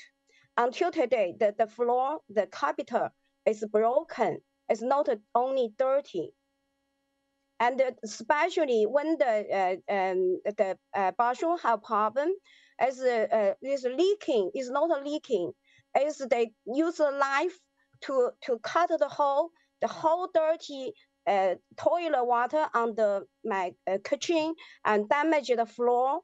And the other time, the people who is inspection, people from the government whose name is Miss Olsen, and he also asked me to do the deep cleaning because it is dirty. As a cast virus, and my skin have a problem too during the time when I stay in this apartment. But until today, they make damage, they waste our time, and they didn't do the job. They didn't, they says, oh, well, I don't let them in. No, I all the time I ask you coming for what? And they all the time they did until this year. They all the time they publish something on your door. They said we are coming to the agreement. They says agreement to do it, but I don't know. They never said what they do it. But when we really have problem, ask them like this time they have smoking for 1 month, like September 2024, and I sent an email to them until half month. They didn't give me any answer. And they says, oh yeah, we need the inspection. And the other time I said, oh yeah, you're coming. They didn't come in. But when you didn't says, oh well, the other time October, they're coming to my apartment, do something because I feel the complaint, and they make my toilet floating and damage my stuff, and that the shower have a problem too. All of the issue is the people coming, they do everything in purpose. But before we don't have. We just want they coming to fix the problem, but make the problem. That's why I says, oh yeah, if you come in, let me know. I will follow your time. But they take excuses. I don't let them in. That's a whole situation. Even though you can look at like Miss Olsen, when I have problem like leaking from the upstairs, the toilet from my bathroom, and the city, which is inspector, Miss Olsen, like have one day like October 31, 2023. He cannot find them too twice in the one day. And my situation, yes, when we have emergency, we have problem, we go to the office, nobody there. And you call the phone number, nobody reply to, even though the emergency situation. That's why we don't have any clean the car, the laundry car to do the cleaning, and we have a bunch of problems, but nobody want to listening. And this time when we come into the city to complain the situation, and they come in as I don't let them in.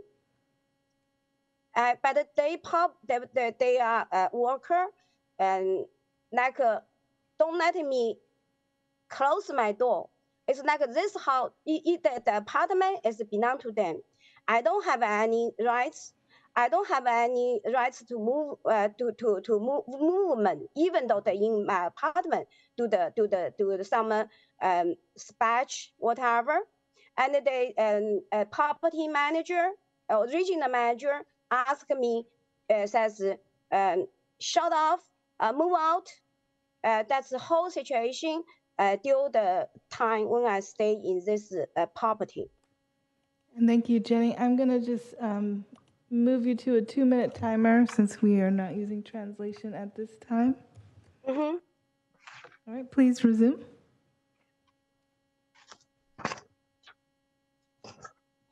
You can finish your statement. You have 2 minutes. Okay. So that's why we got the people who just come in my door because the time when I got sick. At that day I shouldn't in the apartment, but they just opened my door. And I think it's last year, they opened my door and I sent a notice to them immediately. But during the 2024. They opened my door by themselves, which is March 21. Because I have a camera, I catch it, they open my door. But for rest of time, I don't know. That means in this property, they can open my door. As this management, they want to open my door, whatever they wanted. And for the stuff, as for the stove issue, even though they says, oh yeah, the stove is brand new. That's why I want to come into the city, because before I think we can negotiable, we can let people really look at the issue for me. But for this property manager, no, and they just threatened to me, let me move out, and a few times, and I have the documentation, and also we have a lawyer send a notice to them. Because they says, you violate tenants' rights, there's harassment and threaten to me. That's all the situation happening. But until today, they still excuse says, oh yeah, because I don't let them in. That's not true. And the second time, September 21, they damaged my stuff. They broken the shower top. And for this kind of situation, and nobody identified because they disagree. They said, oh, they didn't. I didn't let them do the job. That's not true. Thank you. So we'll now hear from the respondent landlord. Please click raised hand button in Zoom if you'd like to speak, and staff will temporarily promote you to a panelist. The speech timer will be displayed on the screen. You have 10 minutes. And we are going to ask for the Mandarin translation. So, Mr. Welter, if you could please speak slowly and allow time for translations every 3 to 4 sentences. Thank you. 现在应诉人房东，请您来发言，点击 Zoom 屏幕上的举手按钮就可以来发言。我们会把您看到您，然后给您权限。您的发言时间会是10分钟。接下来呢，我们要请普通话的议员来翻译。那么 Walter 先生，请您说话慢一点，这样每次说话时的句子大概是3到4句，这样让口译能够翻译。谢谢。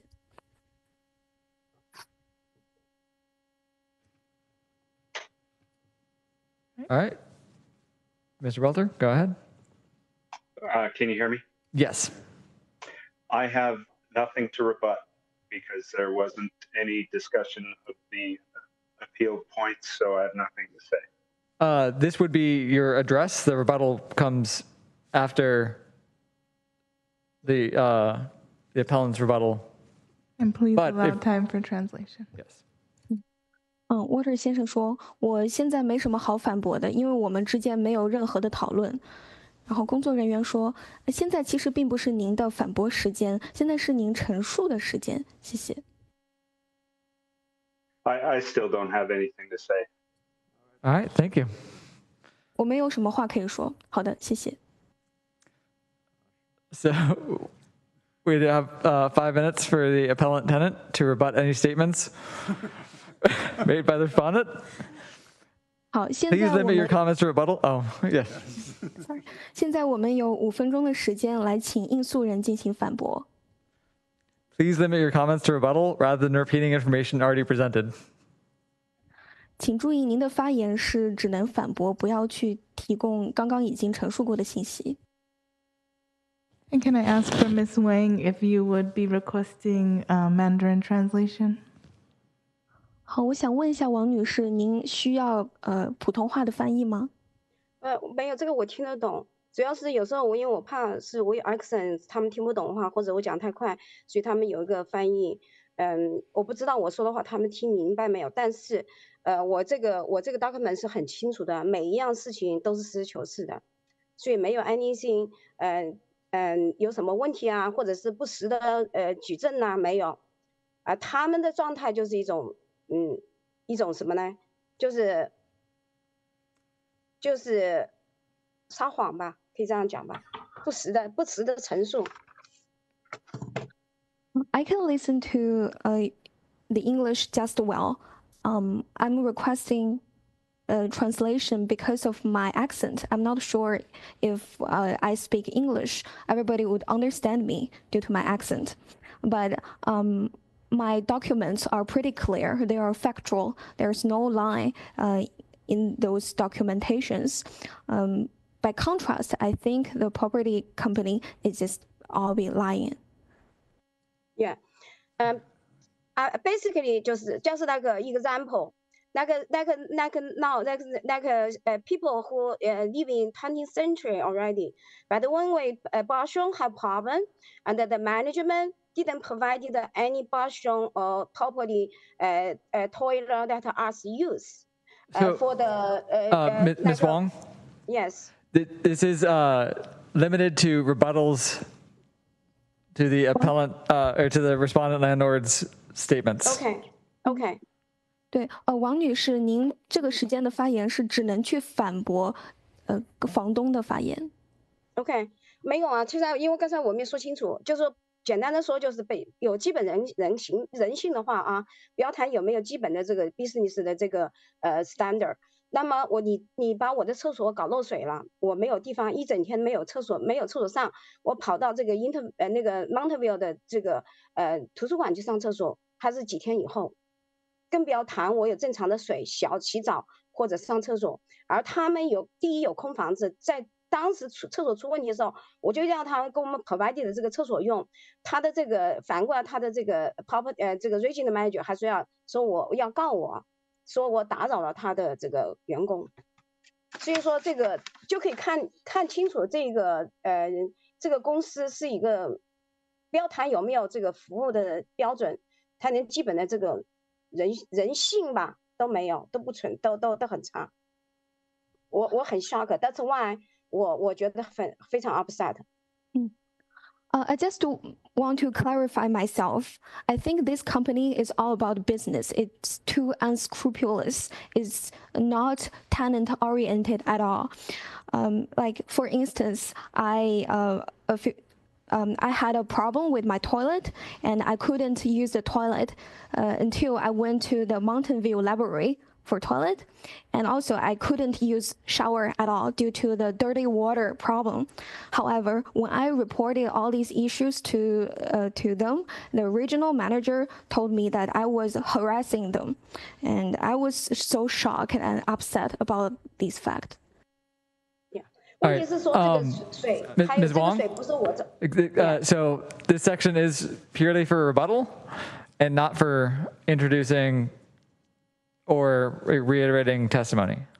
Okay, sorry about. Oh, all right. Thank you. So we now have 5 minutes for rebuttal from the respondent landlord. You have 5 minutes to rebut any statement made. And we will be translating this. Thank you.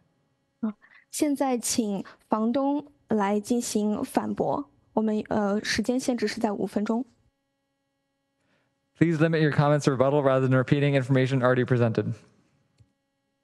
请只反驳刚刚上诉人的信息，不要去提供新的信息。I have nothing to rebut. I am open for any questions from the board if need be, but this has all been reiterated through this year-long process, so I have nothing further in this section. 我没有什么好反驳的，等会儿委员会要问我问题是可以的。我说实话，这1年的时间都在处理这个问题，我真觉得没有什么好说的。Thank you. So we'll move on to questions. RHC members, do you have any questions for staff? Mark? Yeah, thank you. Yeah, staff, I have just want to make sure that there's no ambiguity in my mind on the point about the hearing record is not conclusive that the stovetop was repaired on March 21st, is what the one slide says, and then the record does not contain any clear evidence when the stove was repaired is the following slide. So just to be clear, is it that there was no documentation provided, no receipt, no photo, no testimony? There was nothing in the record that backed up an assertion of when the stove was repaired? So what was in the record was a notice from the landlord to the tenant requesting entry to make the repairs. That notice, I think, was posted either March 19th or March 20th. And the repairs were scheduled for March 21st.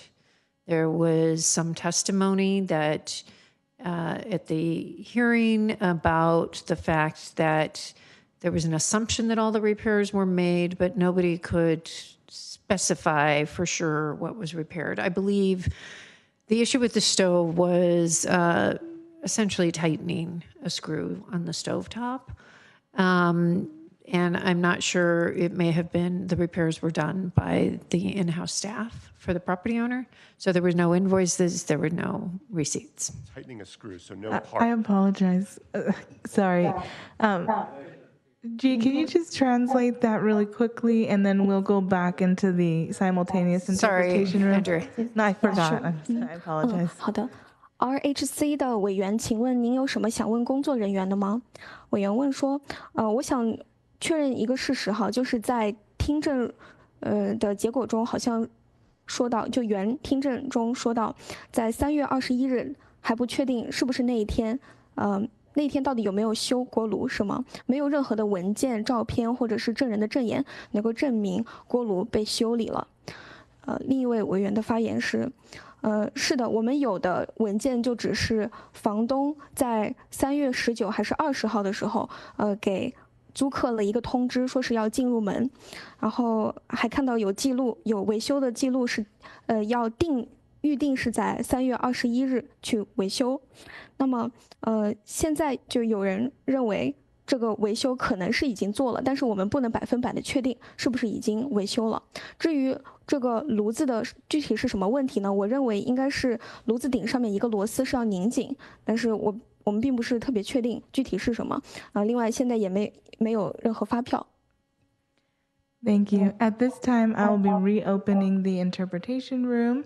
If you are in need of Mandarin interpretation, please click on the globe icon at the bottom of your screen to join the room.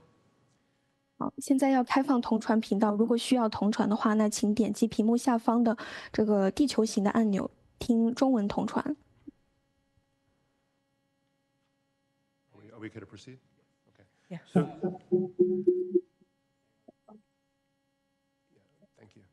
So just to confirm, and the chair, I think, was helping trying to clarify. So this was a wobbly stove? Is that? I believe it was a wobbly stovetop. Okay, and then I'm just curious,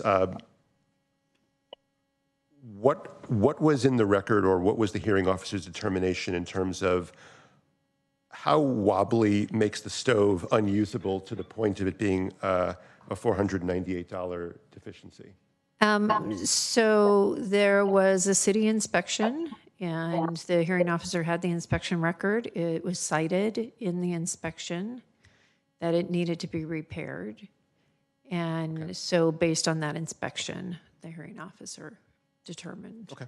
to the It inspection. was a pretty minimal amount. I think the stove potentially was usable. I'm not sure, but it was based on that. Okay, thank you. Do we have any more questions, Vice Chair? Thank you, Chair. So Committee Member Cox submitted a question about the calculation of the, I guess, rent adjustment? Modification. Is that something that staff is aware of? And is that something that we can give direction on today? Yes, we responded to that. The hearing officer only carried out the calculation to 2 decimal places, which is what we did in the tentative, and that is most typical in our hearing decisions. Thank you.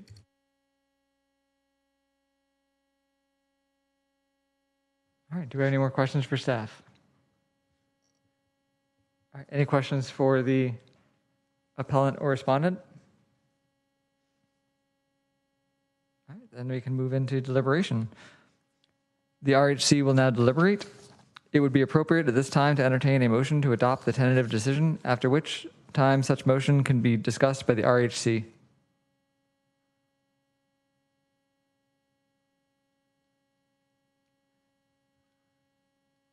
All right. Mark? Yes, I move to adopt the motion, to adopt the tentative appeal decision. Robert? So we can just discuss now, right? Yes. I should probably say, so yeah, motion made by committee member Balch, seconded by Vice Chair Ma. I'm happy to go afterward, that's fine. Okay. To adopt the tentative appeal decision. If you wanted to start with your comments since you made the motion, I'll yield to you. Okay, sure. I am inclined to support the motion. I made the motion, but I am perplexed by the degree of wobbliness resulting in this deficiency. But given that the landlord did not make any comments about it, I'm going to therefore assume that this is kind of stipulated and just wants to get done with it. Nonetheless, it is a strange thing to me that wobbliness would rise to the level of this penalty. But again, it seems like the landlord just wants to be done, and so I'm okay to be done. Robert? Sure. So let me just say a little bit about the calculations. I mean, it was actually 2 points. I mean, I understand that you're only taking them to 2 digits, but I don't believe that it's the right thing to do mathematically, because you're coming up with a result that has 5 significant digits in it, so you should have carried at least 5 significant digits in the calculation. So the second point, though, is that April only has 30 days in it, not 31, so the denominator's wrong, too. But, I mean, here's the point. So I'm just going to encourage you that when you do these calculations in the future, I appreciate that you showed your math, but that, you take into consideration what I'm saying here. It's less than a 1% difference in the result. It's basically $5 less given to the tenant. And so if other people on the committee don't think it's a big deal, I won't press the point other than putting it in the record here. Beyond that, yeah, I also believe we should affirm the tentative appeal decision in its entirety. A few key points that were made that I think are worth repeating are that a question of illegal entry into the unit is not subject to the matter of the petitions heard by the Rent Stabilization Division hearing officers. Also that there is no consideration in the CSFRA that people who are involved in the petition process be compensated for the amount of time they put into that. And also that the award for compensation of damaged properties is only valid under very narrow circumstances that are not present in this case. As we heard in previous appeal decisions, there's an established procedure for how you present the evidence to make your case, and that the staff is always available to help you in terms of determining whether or not you've made the case that you're making will rise to that level. And I don't think that care was taken here, and so I believe that the hearing, the tentative appeal decision is correct in saying that the continuing evidence of the bed bugs has not been established, and so that doesn't need to be taken into account here. And as far as carpet cleaning goes, it only is an issue when it rises to habitability. It doesn't, the tenant doesn't have the right to call out that it's not done to her personal standards. So that's my comments, and I'll be voting with this too. You can move to amend. That is a thing that you have the power to do if you wish. Okay, I will move to amend to use the calculation that I presented in the questions because it carries enough decimal points and it uses the idea of April having 30 rather than 31 days. We'll just see whether anybody else wants to go with that. Okay, will you accept that as a friendly amendment? I would, absolutely. Okay. Can you say it into the microphone? I think accuracy is important. Does the seconder accept it? I have a question to legal counsel on that, actually. Is that amendment in scope for what we can do for today? Or would that Yes, cause any that's cascading fine. issues? So that that would not lead to any cascading issues with any other appeals or any other hearings at the moment? No. In that case, I accept the amendment. Any opposed? All right. I have a question. So this isn't a remand, this is just a modification, okay. And so it just slightly changes the amount that we are agreeing to. Yes, so the amount would be $503.02. Okay. As opposed to the $498.27. So it is a $4, less than $4 change. And this amount, it has not been, just for my information, it has not been paid yet because of the appeal? I assume so, but I do not know that. Okay. All right. So the motion has been modified. Vice Chair?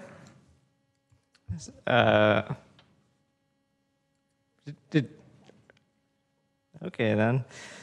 So yes, I'm going to echo some of the comments made in the last appeal, which is that, again, the CSFRA limits us on what we can do. So there are things that are mentioned in this appeal that we cannot touch. And again, we need to follow our procedures. Everyone needs to provide their full evidence on the table, and it needs to follow the process, including notifying properly that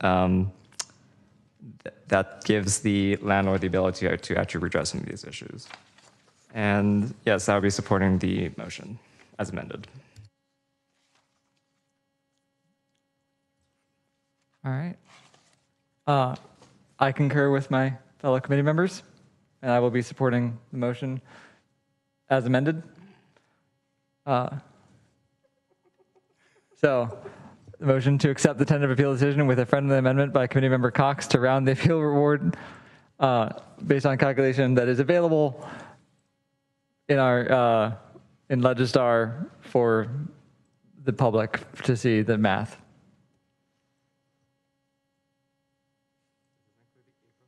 Mm-hmm. Okay. Yeah. So note that April has 30 days. All right, the motion passes unanimously. And would anyone like to take a short break before we move on to item 6.1? Yes? All right. So I think we'll recess for 5 minutes. So, see you all soon. And thank you to our translator. We have finished the agenda item, and you are free to log off. Again, thank you very much for joining us.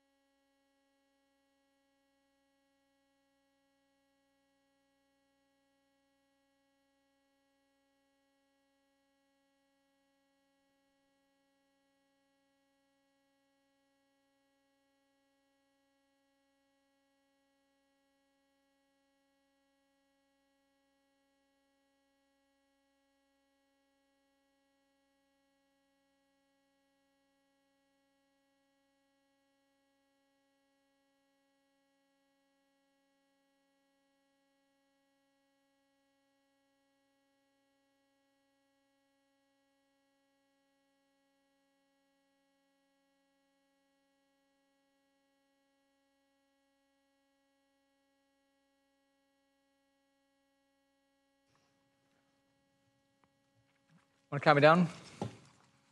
Right. Excuse me. Let's go ahead and resume from the break in 5, 4, 3, 2, 1. Welcome back, everybody. We will now move to agenda item 6.1, evaluating the efficacy of the city's tenant relocation assistance ordinance, housing element program 3.2. Public comment will occur after the presentation item and committee questions. We invite you to submit a speaker card now if you know you would like to speak on this item during public comment. We will begin with a presentation from staff. Great, thank you very much. I'm Wayne Shen, the Housing Director, and very happy to be with you tonight. As you mentioned, this is regarding Housing Element Program 3.2, one of the components of that program to evaluate efficacy of the Tenant Relocation Assistance Ordinance. Before I start, I want to note, this is somewhat of a unique opportunity here because this is in the city's housing element. It's a city program. It's administered by the Excellent Rent Stabilization Team, and it interacts very closely with CSFRA units. So we're here tonight seeking your role as an advisory body to the City Council to receive input you may have on this topic that we would forward to the City Council. I also want to thank Anki and staff and Andrea for working on this TREO implementation on a day-to-day basis, but working really closely on this item as well. So Program 3.2 includes essentially our overall displacement response strategy. It includes multiple items, and again, this is one of those items, and as you'll see here verbatim, what we're tasked to do is essentially evaluate the efficacy of TREO in meeting anti-displacement goals, such as being able to stay in Mountain View. That item also references SB 330 and implementing that along with TREO. And so we'll talk a little bit about that as well in this report as there is an interaction there. And the deadline to complete this review is December the 31st of this year.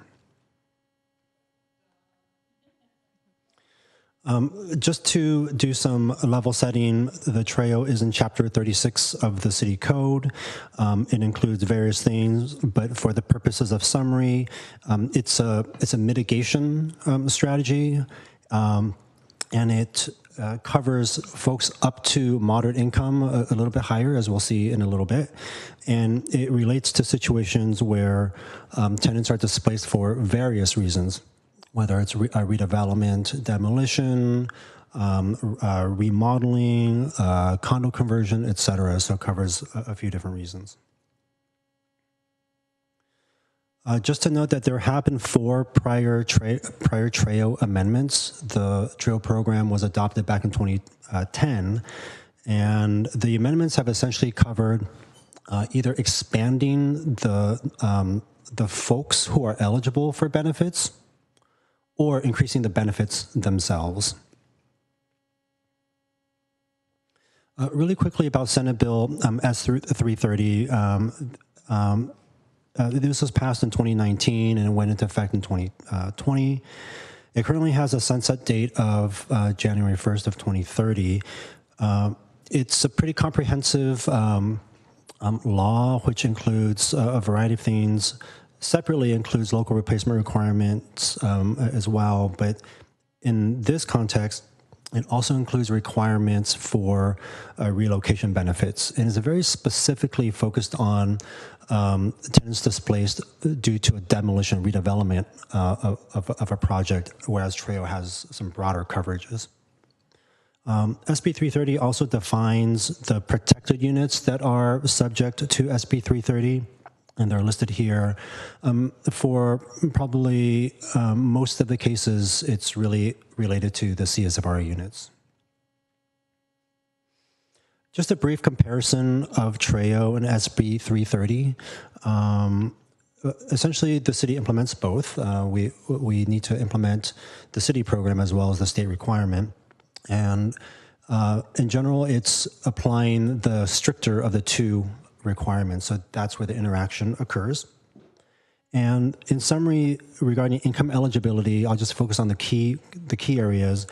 TREO provides a greater eligibility threshold, so more folks can qualify for benefits.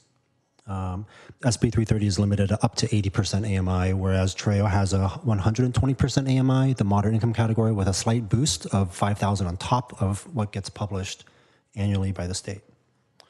The relocation assistance amount, the Treo and SB 330 have different methodologies. I won't go into reading all of that, but generally we would anticipate that SB 330 probably in many, if not most cases, will yield a greater amount based on the formula. This just provides a summary as a way to create a mental map and a framework for how the benefits might layer. And we're putting these folks in groups in terms of the income categories. So up to the 80% AMI is group 1, up to the 120% AMI plus the 5,000 is group 2, and then above that, so the higher income category is a group 3. And to sort of simplify it, for group 1, again, we would envision that most of the time, SB 330 relocation benefits would apply.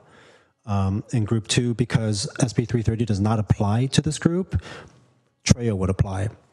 And neither programs provide any benefits or provisions for folks above group 2.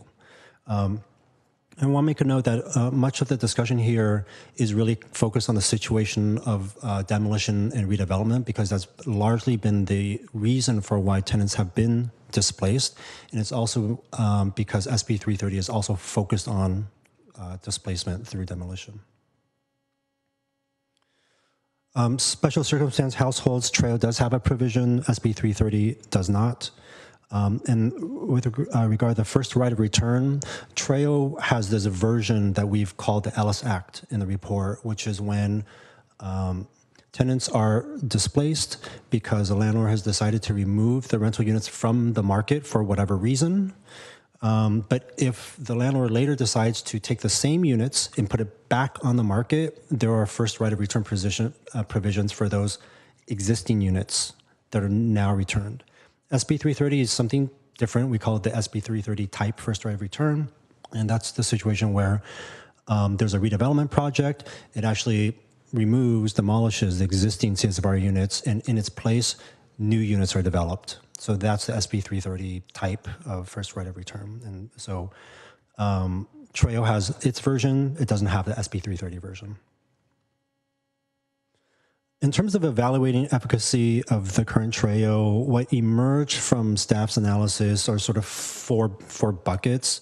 One is through the lens of looking at the outcomes of displaced tenants, as well as using the housing element of program 3.2 language of such as being able to stay in Mountain View. We've also identified some areas of challenges in administering the Treo, taking a look at other jurisdictions, and also receiving stakeholder input. Regarding outcomes of displaced tenants, over the past decade, there have been 31 projects, over 1,000 units have been subject to the Treo. Over 860 households have been subject to displacement. And so what we see here is that about 64% of those households have received tenant relocation benefits, in part because certain households had received special circumstance payments. The average assistance paid was over $12,000. We suspect that the 310 households who did not apply may have made a self-determination that they were not eligible, but that's sort of staff's assessment based on the fact that there's usually a lot of information provided to tenants with eligibility information and whatnot.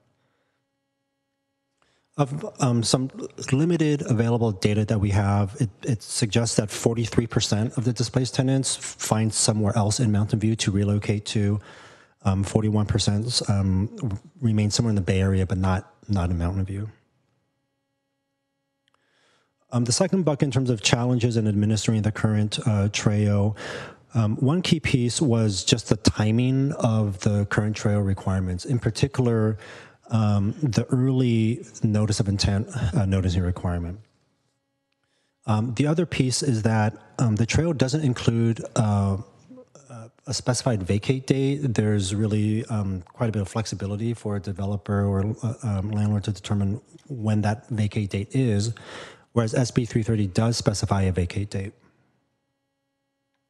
So just to illustrate this with some images, assuming a hypothetical project is submitted, within 30 days, the notice of intent needs to be sent to tenants, so relatively early on in the process.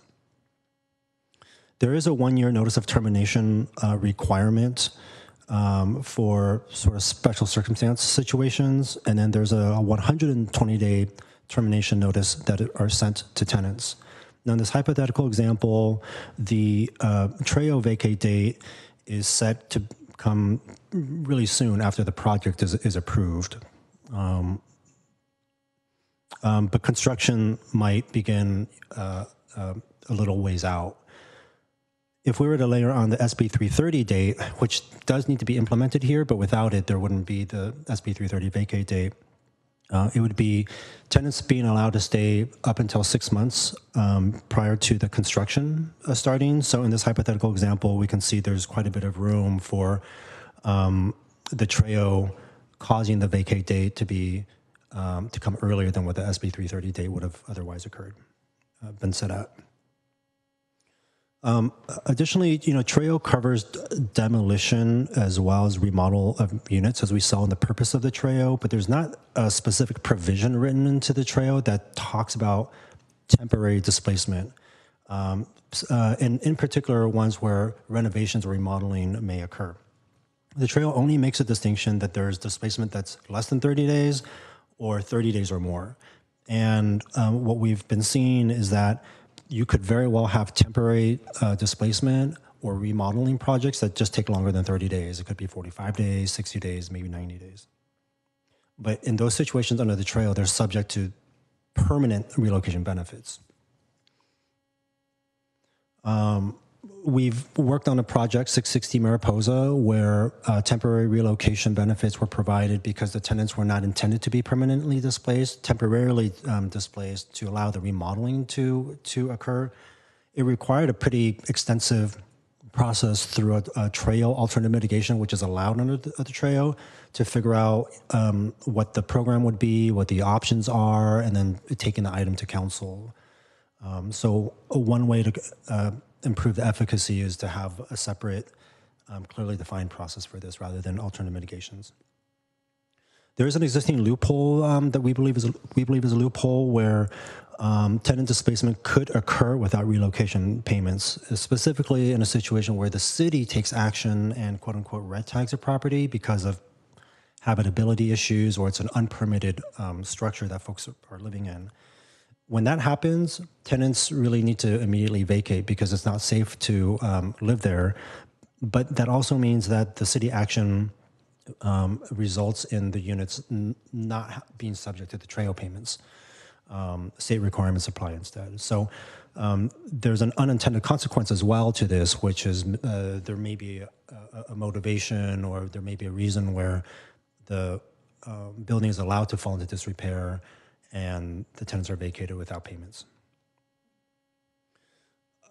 We've also done a review of comparison jurisdictions. You'll see that in attachment 3 of the report. And the comparison jurisdictions are ones that are comparable because there's both a rent stabilization program and a relocation assistance program. And the components to the programs have very similar buckets as what we do, although the specifics of each bucket may be different. So, for example, the Treo caps eligibility at the previously discussed limits, whereas the jurisdictions in the report provide some level of benefits to all displaced households, even if they're higher income. As mentioned, Treo has 2 notice requirements, but most of the other jurisdictions combine the notice of intent and notice of termination at the same time, and it comes later in the process. The comparison jurisdictions also do typically have a temporary displacement category and not just, before or after 30 days. And then none of the comparison jurisdictions have this kind of exemption for city actions. The stakeholder input regarding, with tenants, we had 2 meetings with tenants and then 1 with landlord property owners. And we had 1 online meeting with tenants and 1 in person. And both groups did say that there does need to be a need with protection, but allowing projects to be feasible. For tenants, one common theme was that Trail would be effective if displaced tenants can stay in Mountain View, which is reflecting the housing element language. There were also a couple of perspectives about the income eligibility. One perspective was that everyone, regardless of income, should have a minimum level of benefit. And then there was another perspective is that everyone should get the same level of benefit. And that SB 330 first right return does allow first right return, but it may not fully factor in the cost in the interim when folks are temporarily displaced. The landlord developer comments, again, a need for balance, but maybe more focus on the feasibility of projects and developments. There were a variety of comments related to that, whether it's specifically related to Trail or SB 330. There were some comments, about small landlords maybe being challenged to meet some of the requirements, and then just overall city requirements contributing to the overall feasibility concerns, not just with Trail SB 330. So based on all of the review, stakeholder input, and comparison jurisdictions, staff have identified 5 main options to consider in terms of potential modifications to the TREO. And one is to add the SB 330 vacate date to the TREO. One is to look at potential options for a different notice of intent requirement or other timing requirements. Adding a new section to address temporary displacement, which is likely to be increasingly important as the city undertakes an acquisition preservation program. And understanding that through acquisition preservation, there may be a need to do renovations for many, if not most of the projects, given the age of the buildings. Modifying the TREO so that this loophole can be closed regarding the city actions. And then adding the SB 330 type of first right of return to the city requirements. One component of that is whether SB 330 style first right of return is part of TREO, and or maybe it's part of the local replacement requirements that is part of the bring back of one of the items that we have to do. So the first question to the RHC is, does it recommend that the council support staff's recommendations 1 through 5? Do you have any other feedback for council to consider?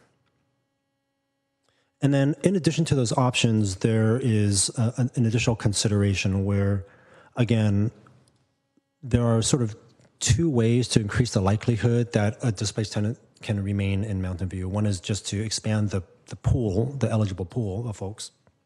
And one is to increase the amount of the benefits, since the rents in Mountain View are relatively high.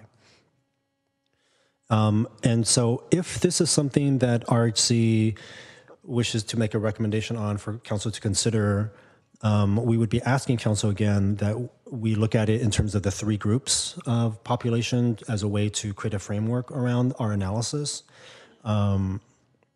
Regardless of the groups, we would want to undertake also a look at any potential economic or legal constraints, take a look at state law, housing element law. For group 1, we would be looking at comparison jurisdictions. We would be looking or recommending to look at SB 330 formulas, whether it's the same formula or maybe a modified version of it. And there may be other factors as well. For group 2, part of the consideration is that in many cases, moderate income rents are at or even higher than market rate rents. So it's not 100% clear that if you increase benefits for this group, that everyone may need it to remain in Mountain View, but certainly folks more on the 80%, 90%, maybe 100% AMI would probably have some benefit there. But we would envision that if directed to study this group, it would be at a different tier level than group 1. It may not be at the same level if group 1 is enhanced.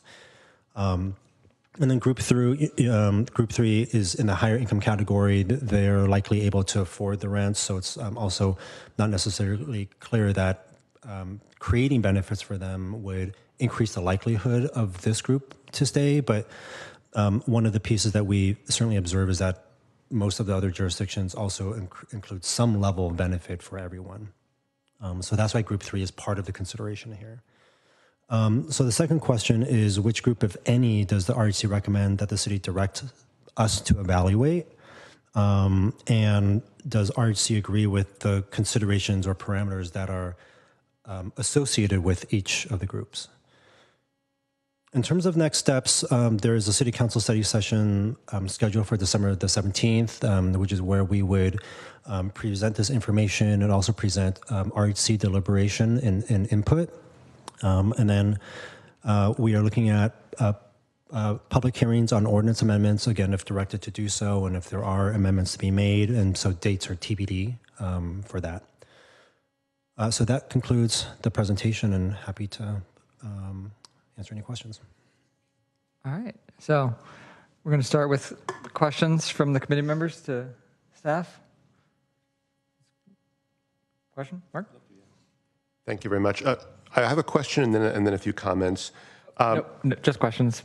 Oh, just question. Okay. Then public comment, and then our comments. Sounds good. Okay. What is the current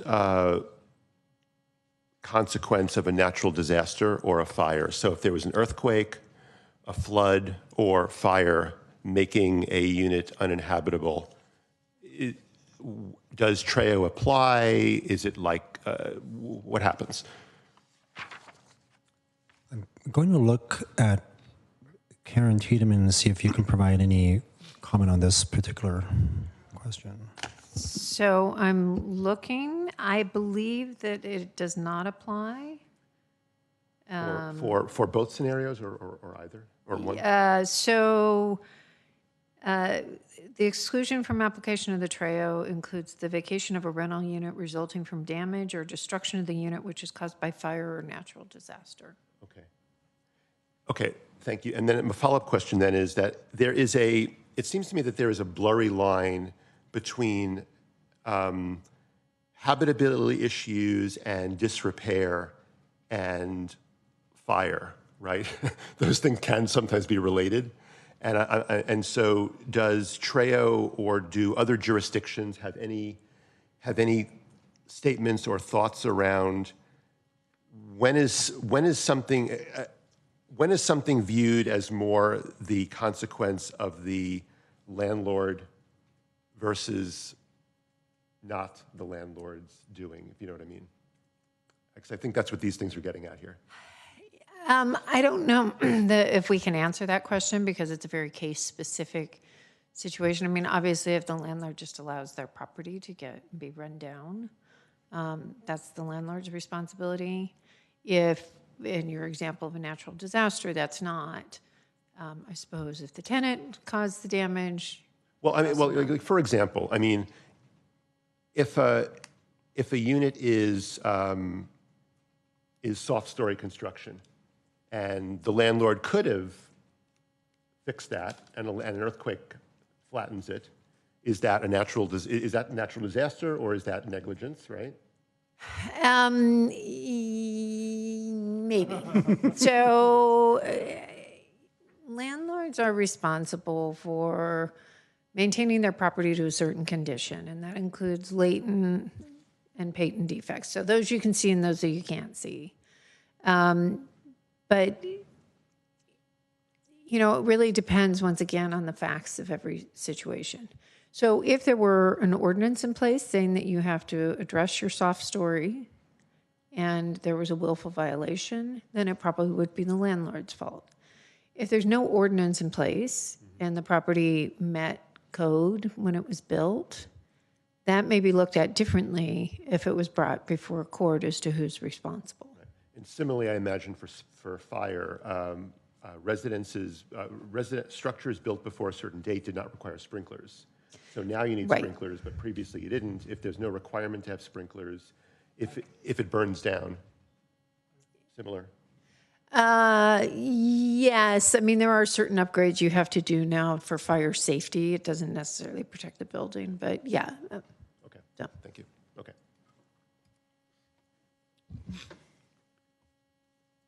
Robert? Okay. So you said that there would be, after this, a study session from the council, but will it go to the EPC too? It will go to the EPC during the ordinance amendment process. Okay, that's not necessary, or because before when I was on the EPC, it had to go to the EPC because it was Chapter 36 issue change. Yes, it will go to the EPC because it's in Chapter 36 through the public hearing process for ordinance Okay, amendments. just not a study session. I understand now. Okay, thanks. Next question. So I'm trying to get my head around this idea of a later date for, the notice of intent. I mean, and it seems to me that the only reason for doing that I don't see any benefit to the tenants to doing that. It's just a benefit to the landlord, and maybe you can elaborate on why this raises up to that level of consideration to make a change at this point. Yeah, thanks for the question. I think there were two pieces. One is taking a look at the comparison jurisdictions. The noticing requirements were situated differently. But from a practical perspective, what the team has found is that it may be challenging for developers to, for example, make the escrow deposit, the 1/2 upfront, because it's a little bit earlier. It's still sort of early in the process, and it may be a sum of money that folks would have to put up front. So, but on the flip side, resources would be available for tenants if they wanted to move early. So the timing question of the NOI does have a bit of this policy determination in terms of a balance of resources for tenants, and then perhaps increasing the ability of a developer to be able to make the payments. Okay, but here, let me ask this question then. So in what it is I think you're proposing, a concern I have, and you can tell me whether this could happen, is that like a notice of development proposal could go up on the property, or it could be there could be a story in the newspaper that says that this property is subject to develop before the NOI letters are set out. Is that right? It is possible that tenants can find out about the project in other ways, not necessarily just from, say, a landlord, or there could be other pieces of information, so which can cause instability or tenant wanting to move. Okay. Then I have one last question, and that's May I add a little bit to that? So in case that a notice of intent would be issued later, there still would be added to that proposal that an informational letter would go out to the tenants as soon as the city knows about the project. A benefit for tenants to not have a notice of intent that early is we've seen several projects that in the end did not go through. Tenants left the property already, and the property is not going to be demolished. So in that regard, moving the notice of intent a little later, when developers are more sure about their project and have a greater understanding of all the issues that are involved with getting approval for the project, might make it more certain, and tenants are not unnecessarily leaving their property. Okay, I understand now. Thank you. One last question is that, I'm trying to get my head around the idea of what exactly temporary means. I mean, like, how would you, we talked about the idea that, 30 days may be too short, but how do you envision figuring out how something ends up being declared temporary? I mean, are you thinking that we're going to have a specific date set for all projects, or that someone on city staff is going to make a call on whether something's a temporary project? Or the sort of initial concepts that we have been discussing, but it would be fleshed out through further evaluation if directed to do so, is potentially the other jurisdictions have some have a 30-day, and they define it as over and under. Some have a 60-day provision, and we would look at those. We have also discussed potentially looking at, for example, up to 90 days. Part of the balance here as well is avoiding unintended consequences too, where it gets dragged out and it essentially becomes a much longer thing, and perhaps there's not follow through on making the renovations. And so we're trying to balance what would be reasonable in terms of renovation timeframes. Maybe some take a little bit longer, some don't need as much, but preventing the unintended consequence where it drags out and becomes permanent de facto. So we would take a look at other jurisdictions as well and create some recommendations around a program or set of parameters around it. Okay. Okay, thank you. All right, thank you. Any more questions for staff before we move to public comment? Edie? So, I mean, I'm just going back to the kind of natural disaster question. And so let's say there was a fire and there needs to be some renovations to multiple units. So then would the temporary relocation be kind of codifying this level of assistance for those units? It would. I'm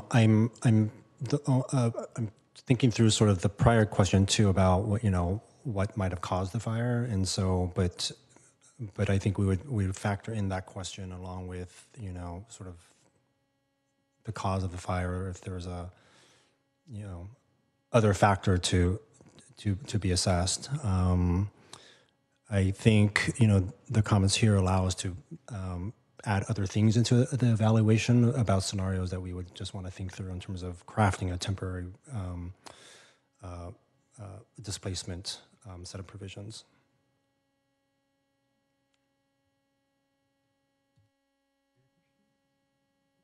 All right. Seeing no further questions, we'll open this up to public comment.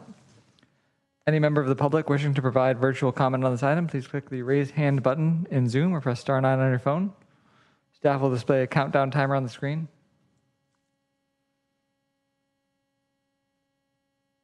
And seeing no comments, we will go into committee deliberations and feedback. Oh, and mark 1. Good job. Oh, so for, could you, yes, can you please bring up the slide with the 1 through 5 on it? So yeah, please start with question 1. I was going to start with question 1, yes. Yeah. This is a really complex area, and there are laudable goals. I'm trying not to have to lean forward. Okay, anyway. Very laudable goals. I'm thinking about how we can have humility in trying to make sure that we account for the tremendous variability of building and maintaining housing. I think about where California and Florida and many other states have come to with the insurance crisis. We've spent decades trying to tightly engineer insurance, and it is a crisis right now. I won't go into that. I think everyone here is aware of that. So, when it comes to fire, we all know that there are a variety of replacement cost considerations when it comes to insurance. A property owner who has insurance may not be able to rebuild exactly what was lost when you count for new codes. So when we look at things like, first return and how long it takes to rebuild and what can be rebuilt, if 6 or 10 units burn down, will 6 or 10 units be restored? What is the economic ability for that? Is there a problem? Oh, I think I wasn't clear. Question 1, recommendation 1. Oh, I have to add SB 330 vacate data trail. Oh, I see. I have no, I don't have a strong opinion on that.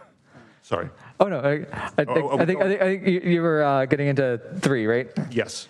So I was hoping to go through 1 through 5. I am going to comment, thank you. I am going to direct my comments to number 3 and 4 primarily. Okay. But really 4. Yeah. Oh, so we're ideally, yeah, we do one at a time. Okay. Sorry, I understand the process. We'll stop. I could have been much clearer. That's fine. Or at all clearer. All good. All good. Robert. Let's reset. We'll start. Okay, so question 1, recommendation 1. Do we have any comments, deliberation from the committee? Robert? Yes, I agree with it. I think it's a good thing to do for the reasons that are stated in the staff report. In particular, it's a clearer statement of the tenant as to when he really needs to leave and can aid him in his planning. So I support it. Vice Chair? Thank you, Chair. So yeah, I sent that question, which basically was the same question that Committee Member Cox just mentioned about the fact that, if we shift the date for the notice of termination, notice of intent to be later than necessarily when people know about the development project, then there might be a danger of. Oh, never mind, number 2. So for number 2, I thought that was vacant date was the same. Other than that, I think the question I sent, did I send it? Is this vacate date is 6 months before construction. Was there any necessary issues if that construction gets delayed under something in the developer's control, right? We might accidentally be leaving a spot more vacant than we would like, right? Like, because in my memory, the example, which is not exactly one-to-one with this, is 570 South Ring Store, which for a long time was left vacant and blighted after a while. So I was just wondering how can we kind of prevent the situations to both allow people to stay in their property longer if it still exists, but also balance with the fact that construction does really need everyone out. I think the thinking behind how to address that is really just timely updates and extending the vacate date if the construction date is also projected to be pushed out. Delaying timely notices could result in the fact that tenants are not aware of this new delay and then would move, but maybe unnecessarily so. It may not be a perfect answer, and I'm not sure that this situation has a perfect answer because it's the process could just be it could just result in the fact that folks may end up leaving early. And so I think if the RHC has any other thoughts or considerations about how the situation could be minimized, we can certainly take that and reflect that. But I think we would be looking at timely notices and what that would mean and how that would actually be implemented in practice in the process. Okay, fair. But other than that, obviously support of the shift in vacate date just because it's much closer to when the actual building is going to be torn down as opposed to when it's just going vacant shell. And yes, I also support having an explicit date set and trying to balance the date based on what factors we know and making it clear with communication to tenants so that they can have an informed choice. So I support that. Any other comments on 1? All right, so recommendation 2, evaluate alternatives to later notice of intent requirement. Robert. Yeah, I mean, as Vice Chair Ma mentioned, he and I both sent in questions, relating to the idea of whether or not, that first notice to the tenants, whether it needs to be, coupled with the idea that payment can be made, immediately according to the trail, meaning that they get the 50% up front and then they get the 50% later when they vacate. I really do believe that, tenants, the city should be forthright with tenants to let them know what's going on. They shouldn't have to or be surprised learning something some other way. And therefore, I do want a letter sent out at the beginning. It doesn't necessarily need to be coupled to when the payment can come. And the thing about it is that, there's a difference between income and wealth. So let's say somebody's a senior, okay? they may be able to, I mean, they might only have their Social Security income, but they may have saved money over their, working years. And so they might be able to tolerate getting the payment later, okay? Because, they have the funds there. Or people could even borrow from their relatives or whatever. They can be able to make that choice. And so if it's really, I'm in favor of exploring, the alternative of a later payment. But I really do believe that, giving tenants the information that the city staff has and the newspapers are going to have, and, the big sign on their property is going to announce, is just fair and decent. And I think that ought to be maintained. So that's my comments on number 2. Can I ask a clarifying question? Is it a similar choice if the NOI remained where it is, but the requirement to make a deposit is maybe later, or move the NOI later and keep the deposit requirement with the NOI, but there's still an early informational letter that goes out, whether it's by the developer or the city? Are those options sort of the same or indifferent, or is there maybe a preference for one of those? I guess I didn't get clearly what it is you're giving me as the alternatives. One would be to, so the NOI is sort of this official announcement, but the availability of the payment maybe could shift a little bit later. I think that's worth exploring. Okay, so I mean, but both I'm options. also okay keeping it the way it is if finances determine that it's not that serious of a thing. There's some advantage there, okay? But I mean, I'm open to your giving a later initial payment date, as long as you just let people know what's going on. And you can just say up front, it could be as much as so many months or whatever before. We will send you a notice when it is, payment will be available to you. Thank you. Vice Chair? I probably should have brought this in question time, but what alternatives have staff looked into for a notice of intent? Has it looked at like when the entitlement is given, or when somehow related to construction timelines, or is that also just left completely up to us to kind of give direction? See if Anki has any additional thoughts, but we would start with the comparison jurisdictions just to see where they line it up. Again, most of them do line it up with a notice of termination, and so that's our starting point, but there may be other options. Anki has any other comments?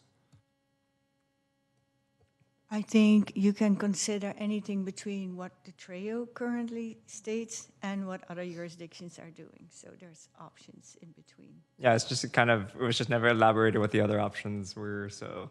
But because I'm reminded of a project like 400 North Rangsdorf, if I remember the number correctly, 400 North Rangsdorf. It was a project that never actually proceeded, but it gave people a lot of, panic because like this is getting developed, and then we found out later that the application died. So in that case, the notice of intent was maybe a little bit too early, or potentially gave people more panic than perhaps justified. So I was wondering, maybe we could shift it to a date that's more, at least, stable, as mentioned before, it's more stable towards all parties. Yeah, and then probably everybody has more information about the project actually moving forward, and that's where RRD came from to issue the notice of intent maybe later, but always give an information letter as soon as the city hears about the project.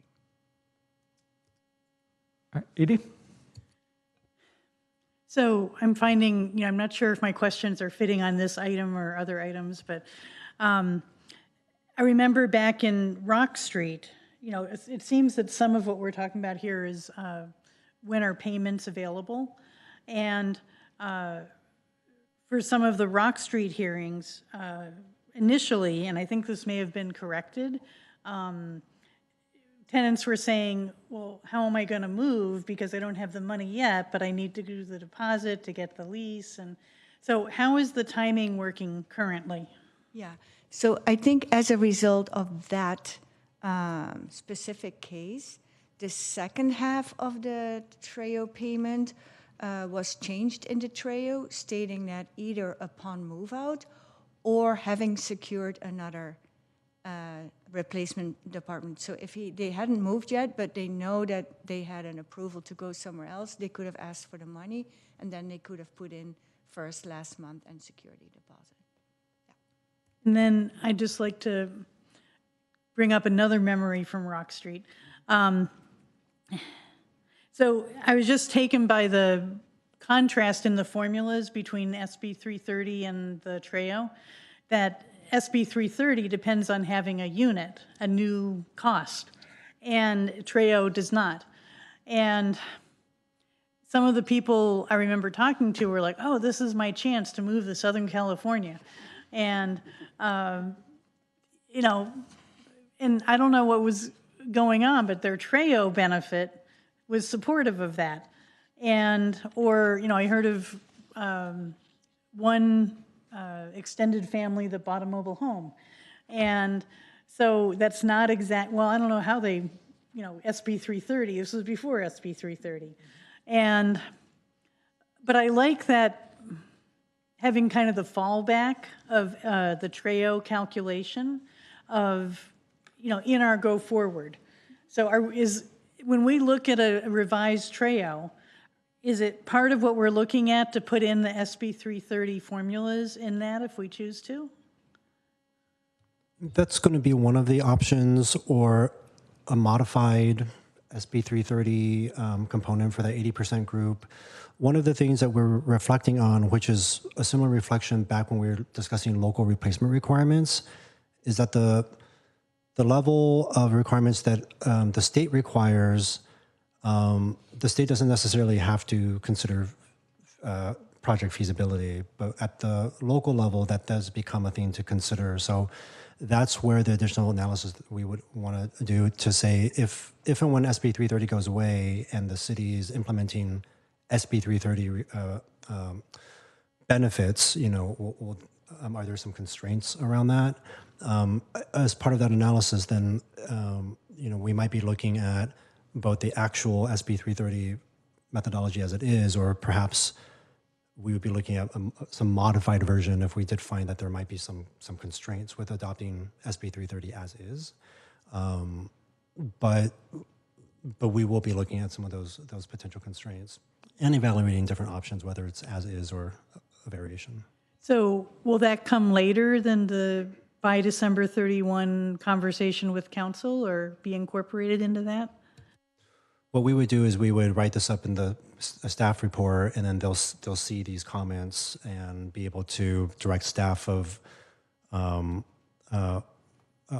to frame out the options that they want us to study, and by including this information, they'll have these considerations to think about.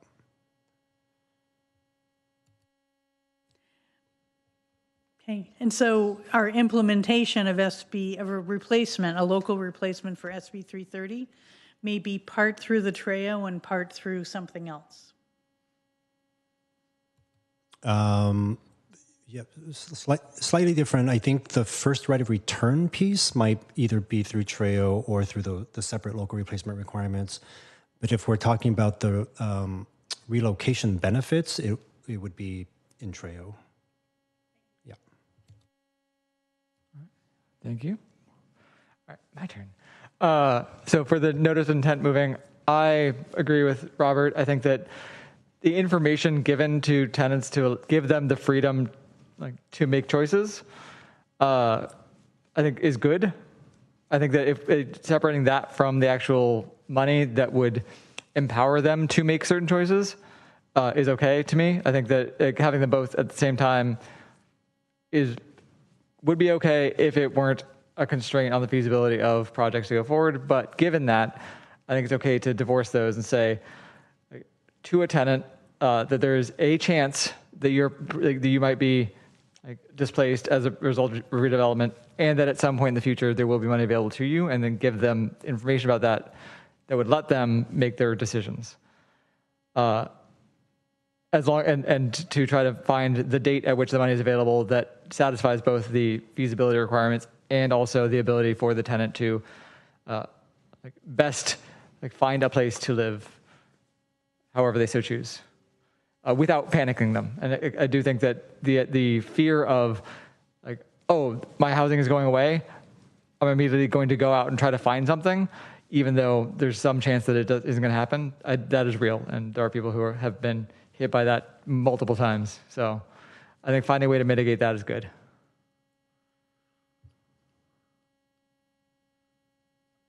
That's me. So now we can do item 3, add a new section to address temporary displacement. Robert? Yes, I want to thank staff first for catching this loophole case. I think it's a really important thing to address, and I'm largely in agreement with everything that you've suggested and you want to study. My initial comment on here is that I'm open to more liberal compensation in this case than in the more permanent case, because I really do believe that it can be harder for a tenant to find a short-term lease at some other local complex, and that ought to be reflected in the trail payments that are made out. But I'll let you guys work out the details, and then we can see something more specific to comment on. That's what I have to say. Edie? Mm-hmm. So vacancy decontrol is coming to mind. And so if someone is temporarily displaced and then able to come back to their unit, they haven't experienced vacancy decontrol, or at least they haven't fully experienced it, right? A temporary displacement, the tenant can come back at the same rent as when he left. Okay. Yeah. So I think that especially for lower income levels, but because that's the benefit of rent control, is that what we have now, and we're seeing it in some of the appeals and the actual rents and numbers, that we're like, whoa, you have a below market rate right now because your rent started pretty low and the escalations haven't been that much, and so preserving that historic rent is important, and I think the temporary relocation benefits really help that. And whereas if we say, you've got to be out of here and we aren't going to help you, then market rate, and then it's higher, and then they say, forget this, it's not working, and they leave Mountain View, and and if we had income restrictions on the temporary, if we didn't offer the temporary relocation to all income levels, that I would I'm kind of okay with all income levels, but if we're gonna, try and not have this be a costly program, then where I would most want it is on the lower income levels. So focus on group 1 if you had to focus, or group 1 and group 2. Yeah.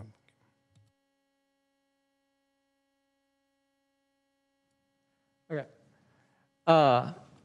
So I definitely support having a clear path for temporary relocation, with the eye towards return, because I think that there are many cases where we have we have an older housing stock in Mountain View, many units of which require renovation, and that can take a while. And you don't want to.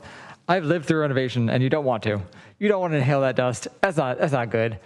I should have found another place to stay. I didn't. I regret that sometimes. But I think that is something that is good for the city to do, to try to maintain a robust housing stock, while also respecting, that people need a place to live in the meantime, and that they need to be equipped with the funds to do so. And it's to the benefit of both the housing provider and also the tenants, to allow for this and to have a clear codified path for it. In terms of the time, I think that the longer the better, because I don't want to have that case where a renovation takes 32 days, or is projected to take 32 days, and that makes it infeasible because we have something that's written down that says 30 days. So I would hope that people act in good faith and use it well, and that the city would write things that would allow for that, but also have, some tracking enforcement for those cases. But we have a really robust staff that I trust to keep track of things like this, and also to respond and keep in touch with the tenants as they are trying to find a place to move to and then move back from. Vice Chair? So this is going to be a meta question. What kind of direction is staff looking for this particular item? Is it just purely to go ahead to evaluate, or is there any other things you want us to look, any other direction on?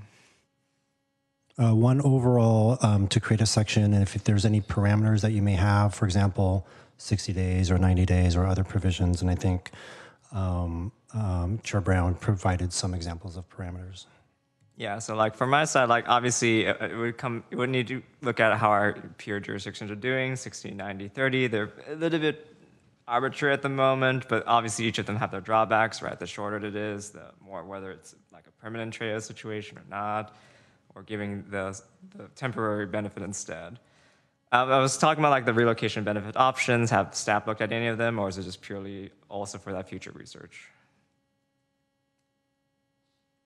That's how that was a question.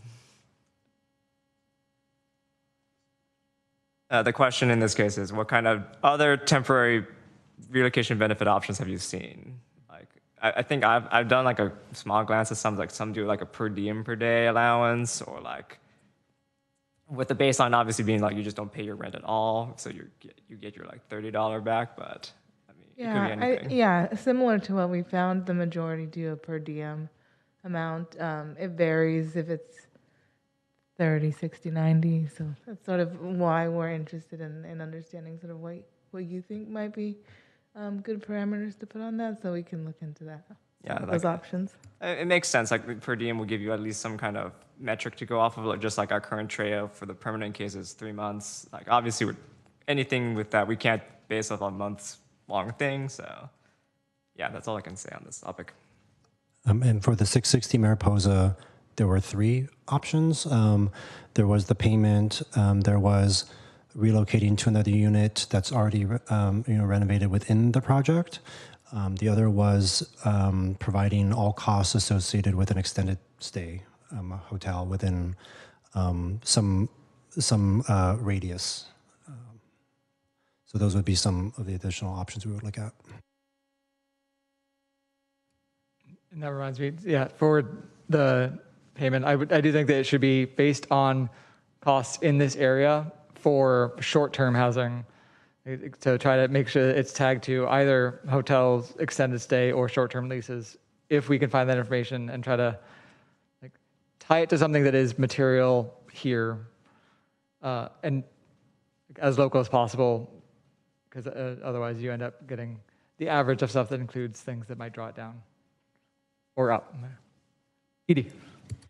So as a possible cost-efficient alternative or option, not, this would be for everything, but if it was a large landlord and they did have vacant units in other properties, I wouldn't want to take away that the option of an adequate response is that the landlord gives them a comparable size unit, and that works for the, and keeps charging them their regular rent.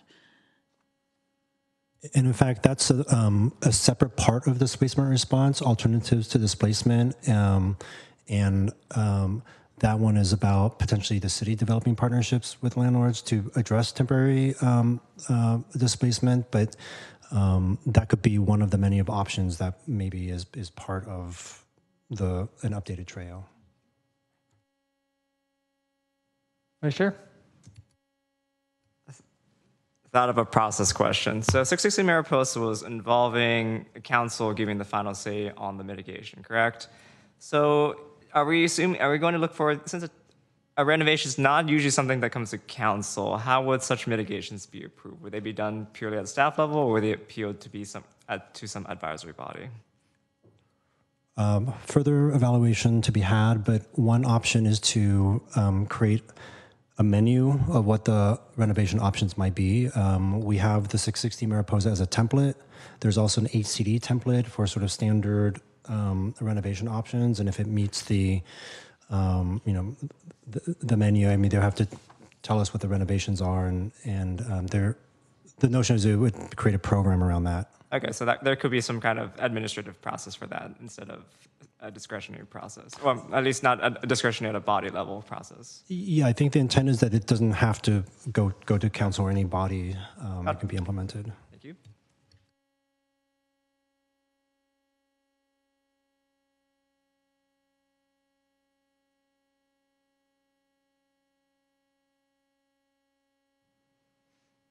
All right.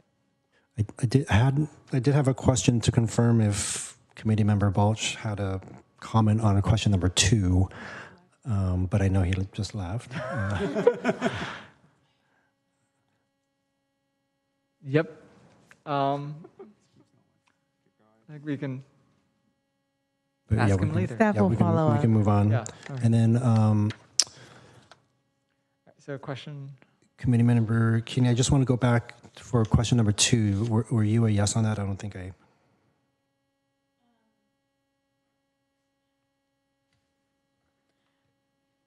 So my fellow committee members were a yes? Well, then I'll be a yes. Well, yeah. Well, it was yes or split. It was yes, but it's complicated. Uh huh. There was a comment from both Chair Brown and myself, and also the Vice Chair. I mean, that we do want an early notification of the possibility development project, even if it's not tied directly to. I strongly support that. Okay. Just one other thought that went through my mind listening to the comments on that item is I think it would be a bad outcome if there were payments, trail payments made, and then the project didn't go forward.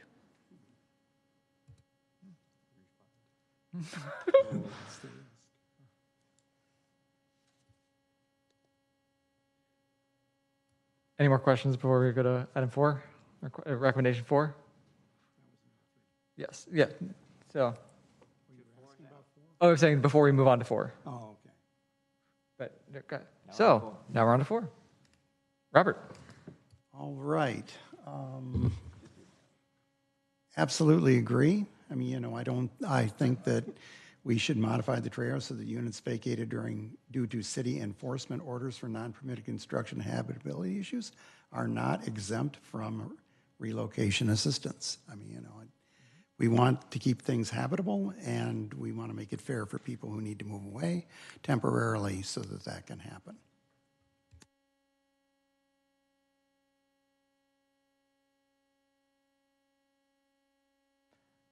I agree. I think that we should eliminate any perverse incentive to not maintain your units. Edie. And I just want to confirm, with all the different, state takes precedent or everything, different, that we fit into, existing laws fine, and we can still fix this problem so that relocation benefits would apply to a red tag. Okay, so I'm happy to hear that we can do that. We should.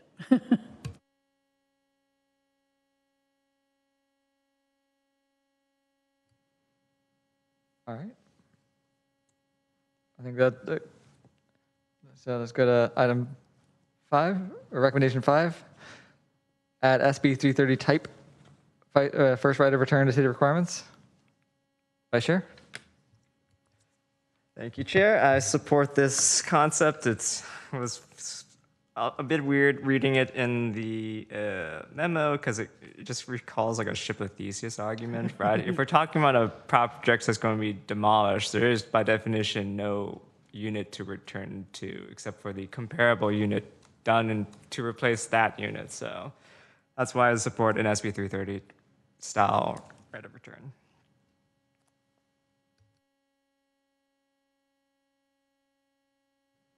Robert? Yeah, same here. That's why I asked the question.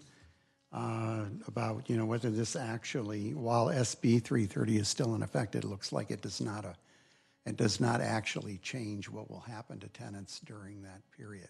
I mean, that's right?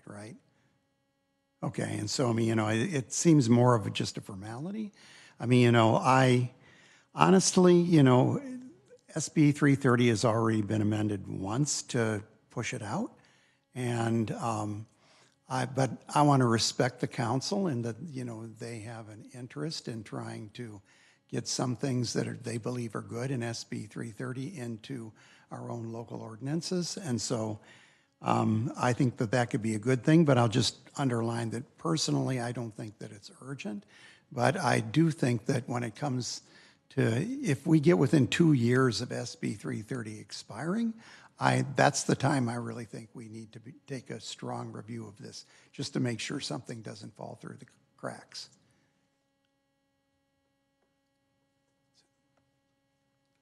Vice Chair? And to clarify with staff, so on this item 5, this involves also extending that right of return to people who are above the current SB 330 threshold of low income, right? This would be giving a right of return for those who are above moderate income threshold, correct?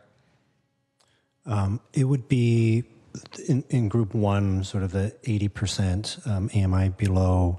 In the response, we did know that it seems like it would be possible to have first right of return for folks in the higher groups, but they would have to come back to the same unit, unrestricted unit.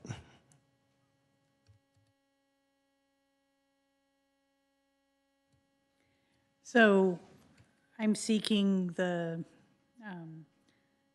clarification or, education around SB 330 type of first right of return. To what affordability?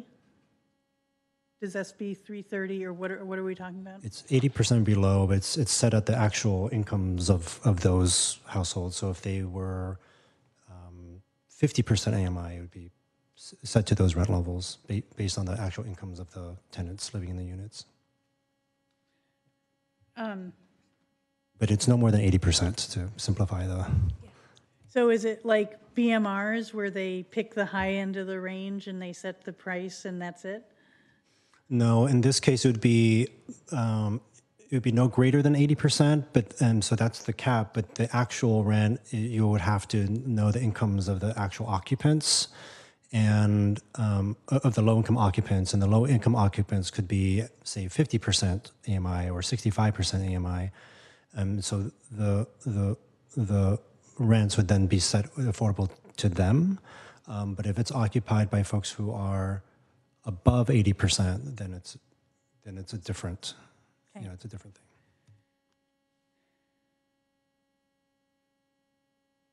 So it would be individual pricing of the return rent by the individual's income for 80% and below. Correct, yeah. And then is that unit rent controlled?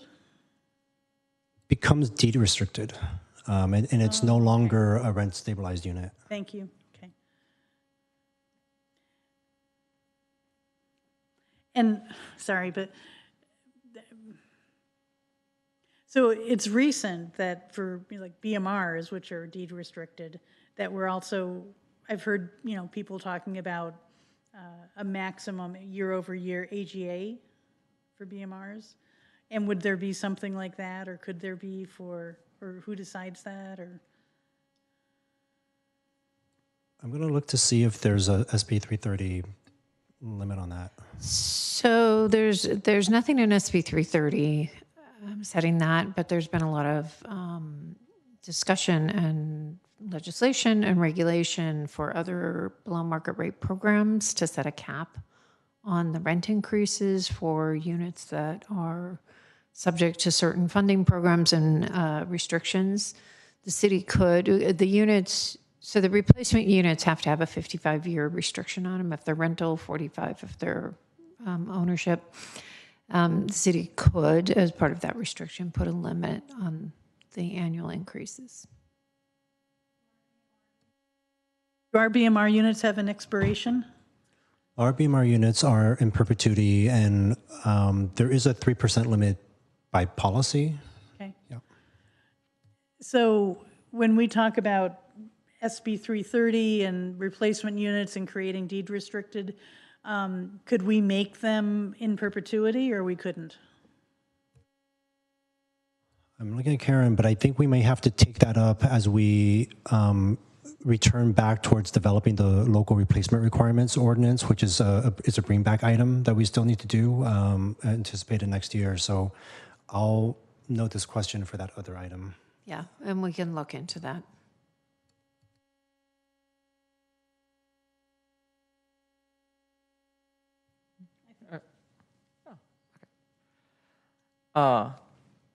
Yes, I support adding a first right of return SB 330 style. For our local SB 330 replacement that we're planning, will that include the no net loss? And can it include the no net loss? Yeah, the goal is to have the no net loss be part of that. Okay, then, so there will be a unit for each person to come to. Yes. Yes, yeah. Don't want to force people to become roommates otherwise. Or maybe one extra they can fight over. Yeah. Okay, so yes, I support a provision to allow people to return back to the new units.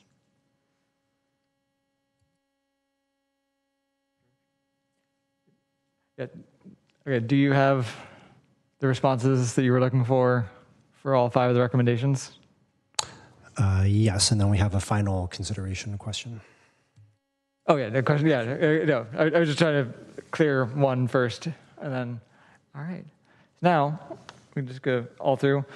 Which group, if any, does the RHC recommend that the city council direct staff to evaluate for potential options to increase benefits? Robert. Okay, so I'll give you my thoughts and my methodology here. You know, I'm basically in favor of keeping things where they are. I mean, you know, and I wasn't always that way. I mean, you know, when I was on the EPC, we had several amendments to the trail. And I supported particularly the idea of first and last month's rent to be included in, and also special circumstance households, and these other amendments, because I felt that they made things clear to the purpose of what we were trying to do, so that low-income people didn't end up being displaced without, you know, a recourse to being able to get somewhere. And, you know, and that all made sense to me. But here's my dilemma in terms of trying to extend this further. So if I take that apartment that you mentioned as the example in there, the 2-bedroom apartment, and what the rent rate is, I sat down and took my calculator out and figured out where's the 30% affordability. And it's at 82% of AMI, okay, which means that's close to the 80%. And so it, you know, my calculations confirm what I hear you saying, that for people of moderate and high income, you know, they won't have to pay more than 30% of their rent if they have to go out and get a unit like that. And so another good question is, are those units available? And right now, I mean, that's why it was great that you put out the quarterly report in this session, because it looks to me like they are, in that, you know, the vacancies for the rent-controlled units are at 5%, which is kind of the tipping point that says that it's easy enough to find a replacement unit in order to be able to get into. So I don't think that that's an impediment. Also, you know, if we go up to the market rate units, we're at 14%, which is 3 times that. So again, it isn't that, you know, there's only hypothetical replacement units out there that nobody can get.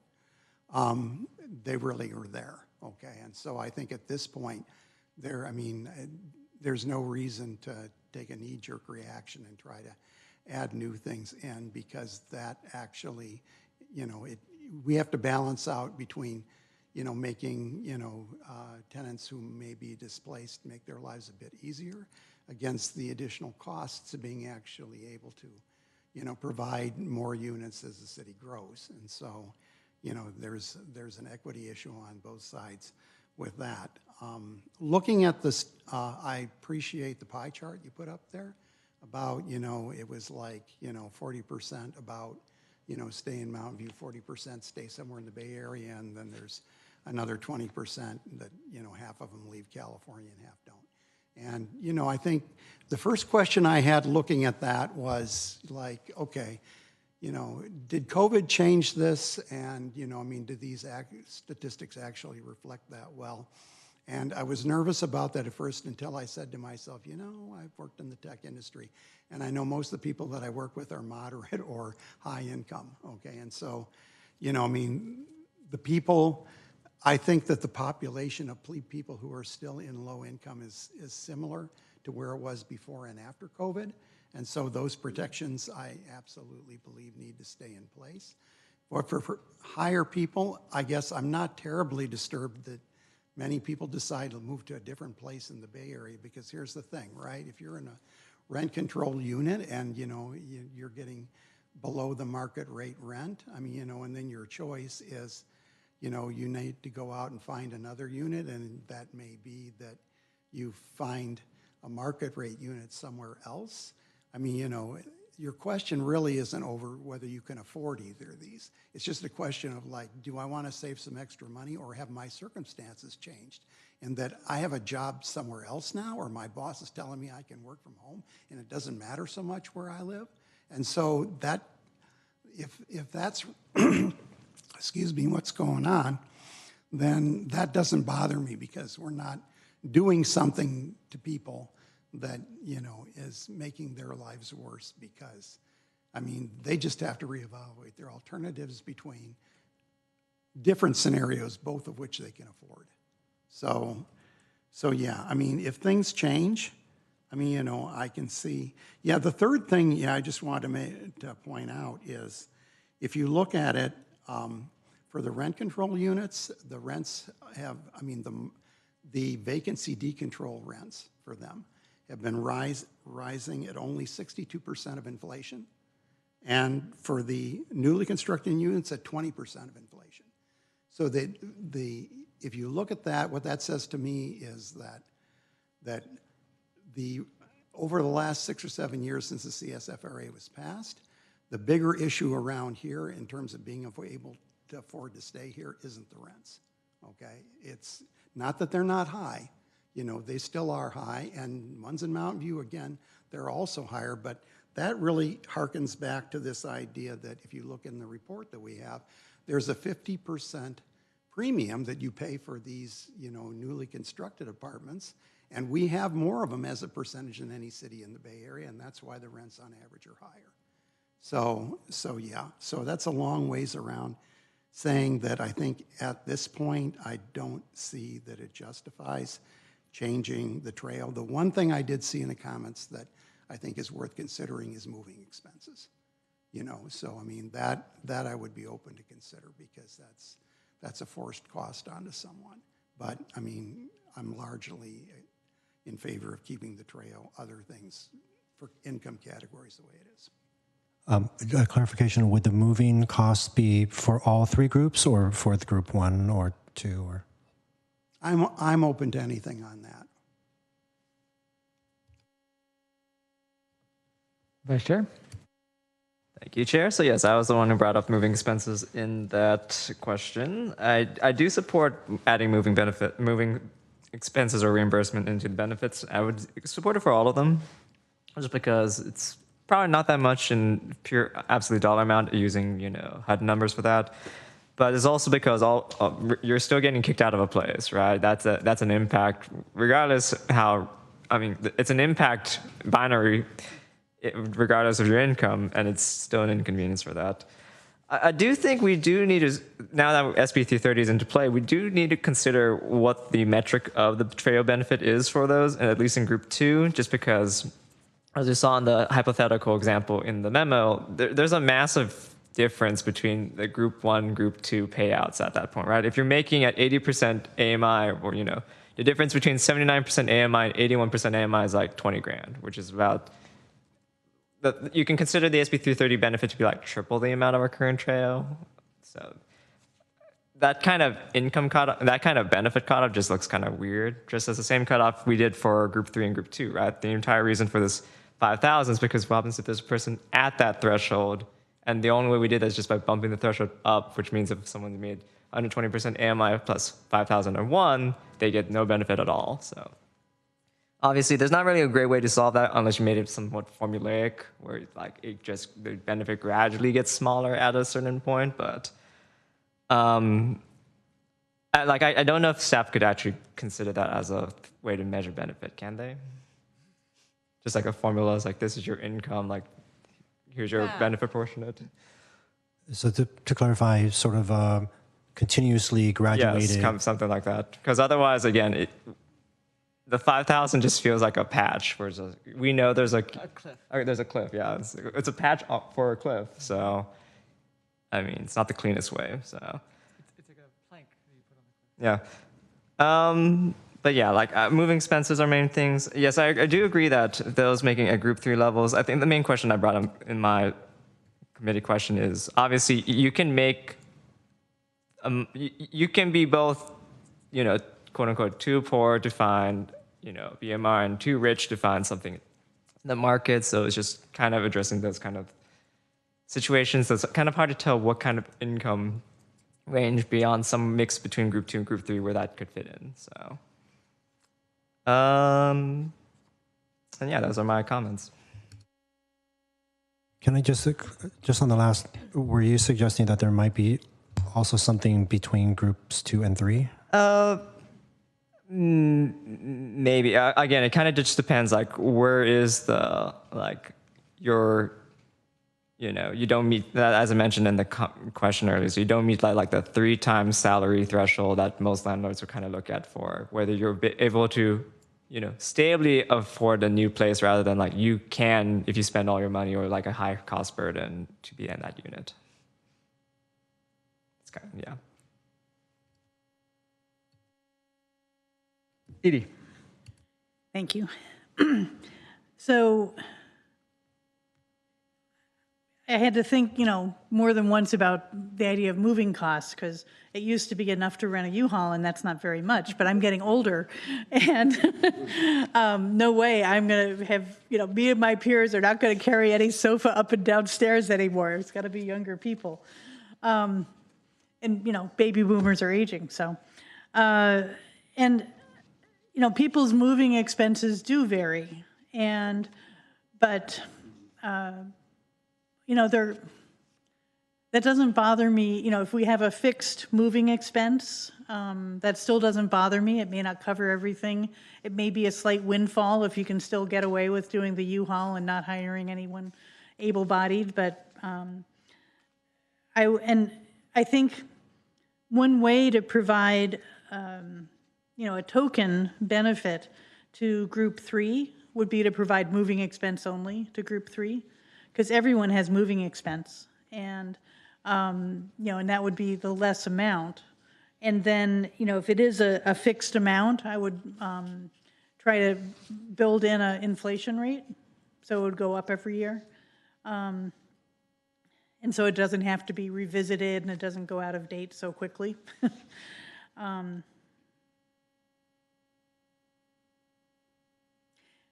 guess my last comment about why I like having a cost on Group 3 is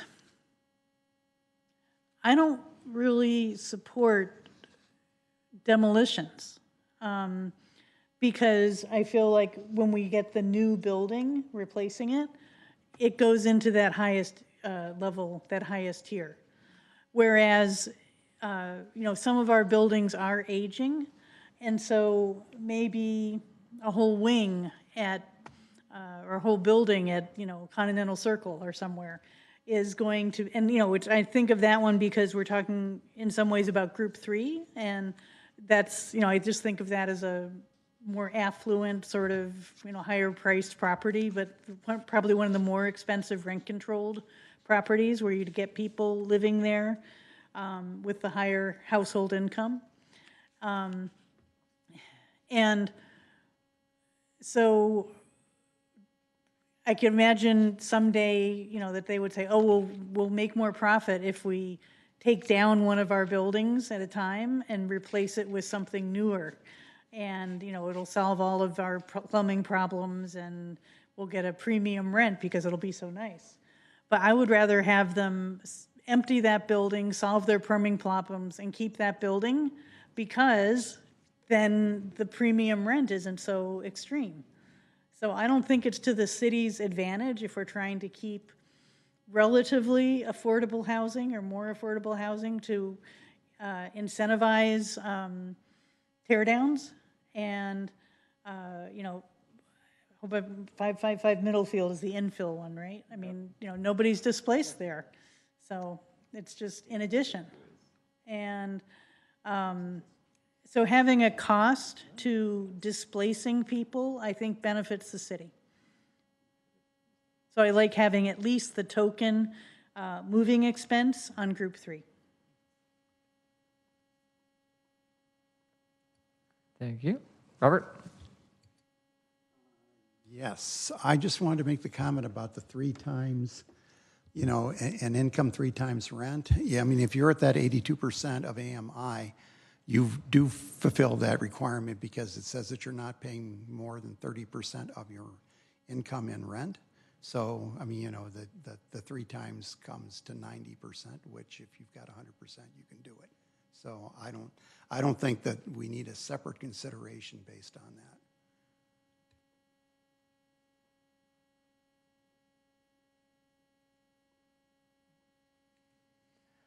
So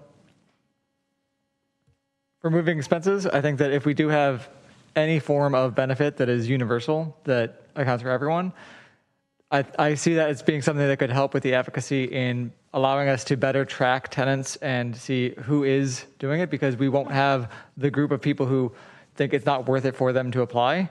If we give any benefit, then that means that we get to see who in the units is being displaced, because we get they register to get the benefits. So that would give us more information as a city to see about the efficacy for the cost of things that is a real benefit to mitigate a harm, which is the cost of moving, that is experienced by all the tenants, regardless of their income. So in terms of tying it back to the efficacy of TREO, I think that having some universal benefits would be good. I also do support having a more gradual process. I think that, we have spreadsheets and calculators. I think that we could find a way to do it in a way that is clean, that does not leave a cliff for benefits where someone who is making slightly too much money gets a significantly worse outcome than if they had made less money that previous year. So I do support trying to find that. I would also be curious to see what the other jurisdictions have, because I note that we are very different on this than the comparable jurisdictions when it comes to having income caps. So I support doing further investigation and trying to align with comparable jurisdictions. And would the gradual benefits be primarily for groups 1 and 2, or all the way through the 3 groups potentially? I like universal benefits. I think that having it be clean and not having any group that is excluded, but that's why it would be gradual, is you would get down to the point where it becomes the flat rate at some point, and then that cutoff could be 120% AMI, depending on the formula. But Robert. Yeah, I'll just throw in a data point here. I mean, when I was on the EPC, we were talking about the redevelopment of 777 West Middlefield, where actually I had been a tenant for 6 years, but not at the time when I was on the EPC. But I mean, I had asked for and gotten a list of the rents that people were paying in all of the units. And, one of the things that really struck me about that is there is quite a range. Okay, and so, I mean, like the lowest people were like around 40 to 50K a year of households, and there were households up to 300K a year in the same apartment complex where, it's just basically 1 and 2 bedroom units with a spread in the rent of a few $100s. So, I mean, I just bring that up to keep that we had hard data that showed that, I mean, people don't just necessarily pick an apartment where that's the maximum that they can afford or something like this. I mean, people have, widely varying incomes, like a 6-fold varying income, and yet will choose to stay in the same place because, some want to it's important for them to spend a lot of money to get a quality place where they're going to live, and others, it's kind of like, I just want to have all that extra money to spend on something else. So, anyway. Vice Chair? Thank you, Chair. Moving to a question I also brought up earlier in the packet was about the relocation advisor. So my intent with that question was roughly do we have a rough idea of whether people are, one, using it, and two, how do they think it's actually useful to them? And if there's not a survey, should we introduce a survey for that? I'd ask if Anki or Andrea have any input on that.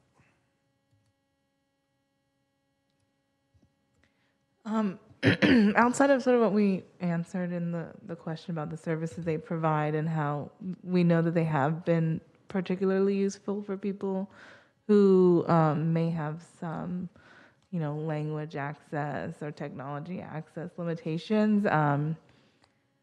We don't have a survey, but just anecdotally, people are using them, especially since one of the last trail modifications where those benefits were extended to actually help with, contacting properties and looking for vacancies and helping people fill out applications. That has become much more useful than what was previously there, which was more just like a listing service. Okay. Excuse me. So what about the converse? For those who know how to use a computer and speak English, is it not as useful? Again, we don't have a survey for that, but okay. But that could also be a thing to consider for all three groups. It's like a relocation assistant. I don't think would be that expensive either, and it may be useful, maybe not. Maybe they can take an in lieu instead. Who knows? Yeah, I think the other thing maybe just to also mention cost-wise on that, the relocation consultant only is billing for hours that they're using for those services. So people who aren't using that aren't being charged for that as far as the developers go. And any unused funds that were put aside for the consultant get returned back to the developer in the end. All right. So any more comments from the committee?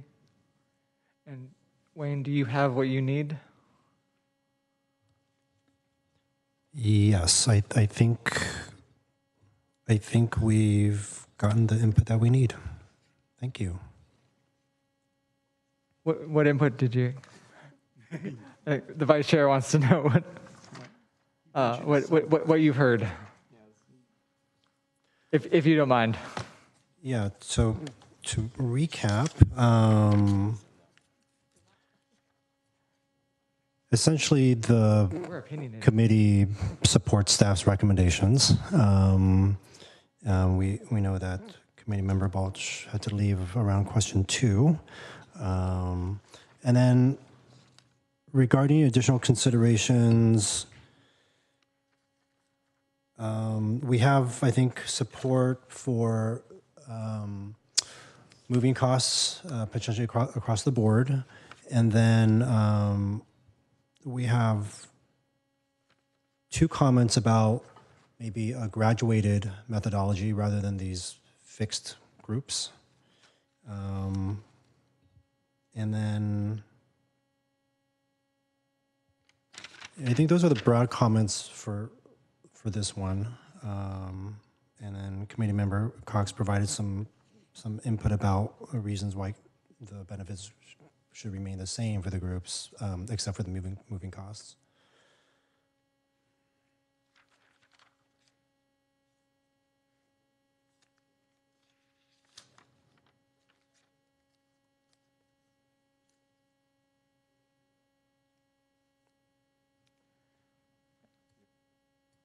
Oh yeah, no. For the relocation assistance, I'm okay either way with it continuing to be offered. Like the relocation advisor, the subscription to the services, I'm not strongly opinionated on that. But hey, if it's useful for the people who find it useful, good back. All right.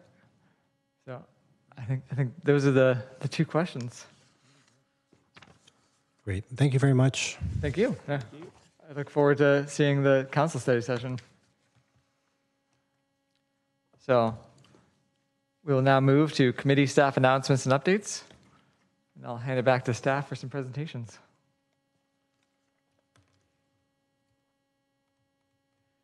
Thank you. So I will go ahead with agenda item 7.1 and we'll talk about our upcoming workshops and help center dates. So here are the upcoming workshops, and of course, I can't forget to mention our virtual office hours that we hold every Tuesday from 10 a.m. to noon, so people can register for those on Zoom. And outside of that, we have sort of a landlord-heavy packed workshop schedule for the end of the year.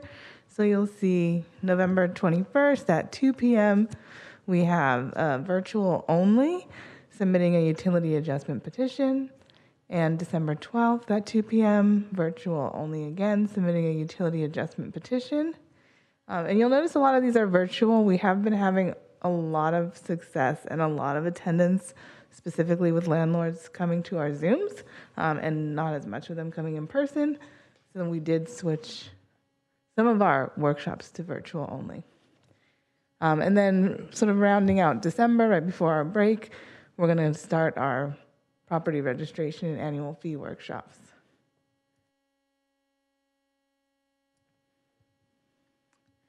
Okay, so we also still have our housing help centers. So we are doing our landlord-focused housing help center. We're continuing to do those every Thursday for the time being to be very available for landlords at this time. So those are from 1 to 3 p.m. That's online and in person.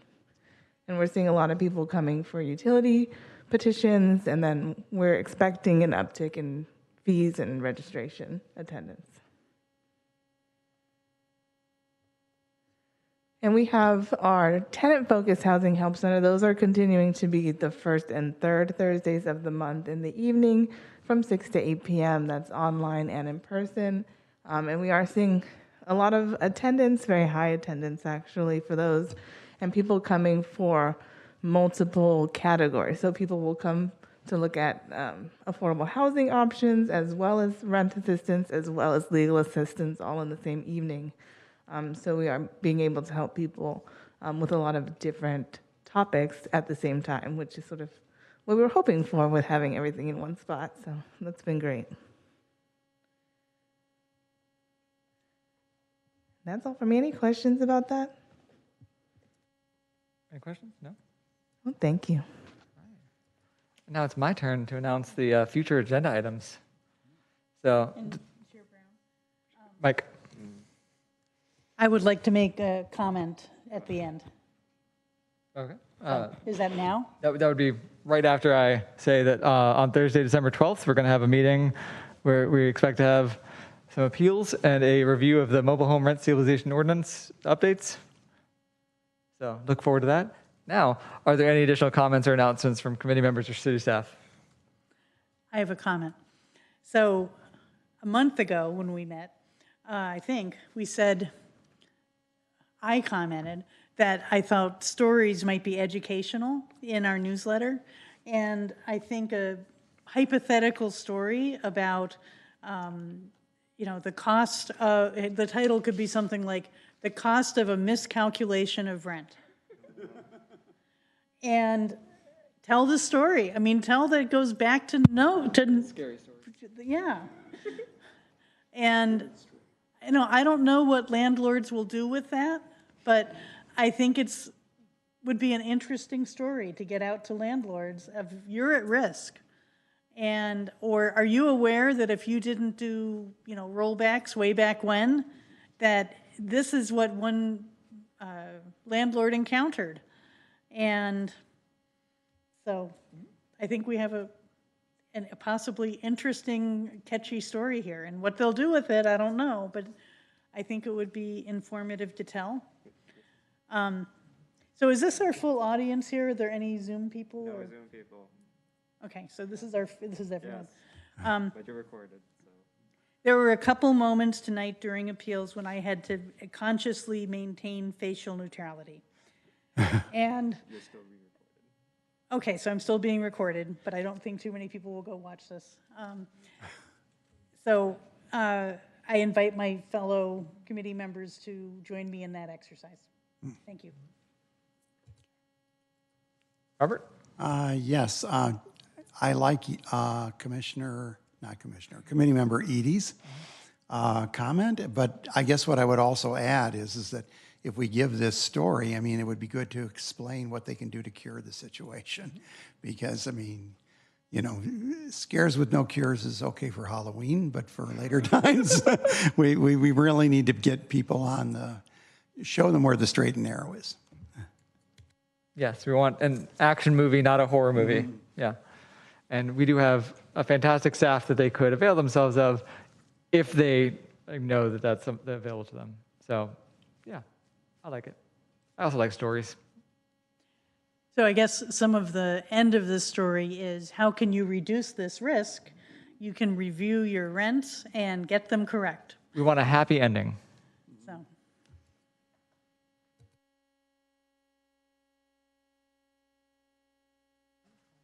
All right, so, no? If there is nothing else, then the meeting is adjourned at 10:52 p.m.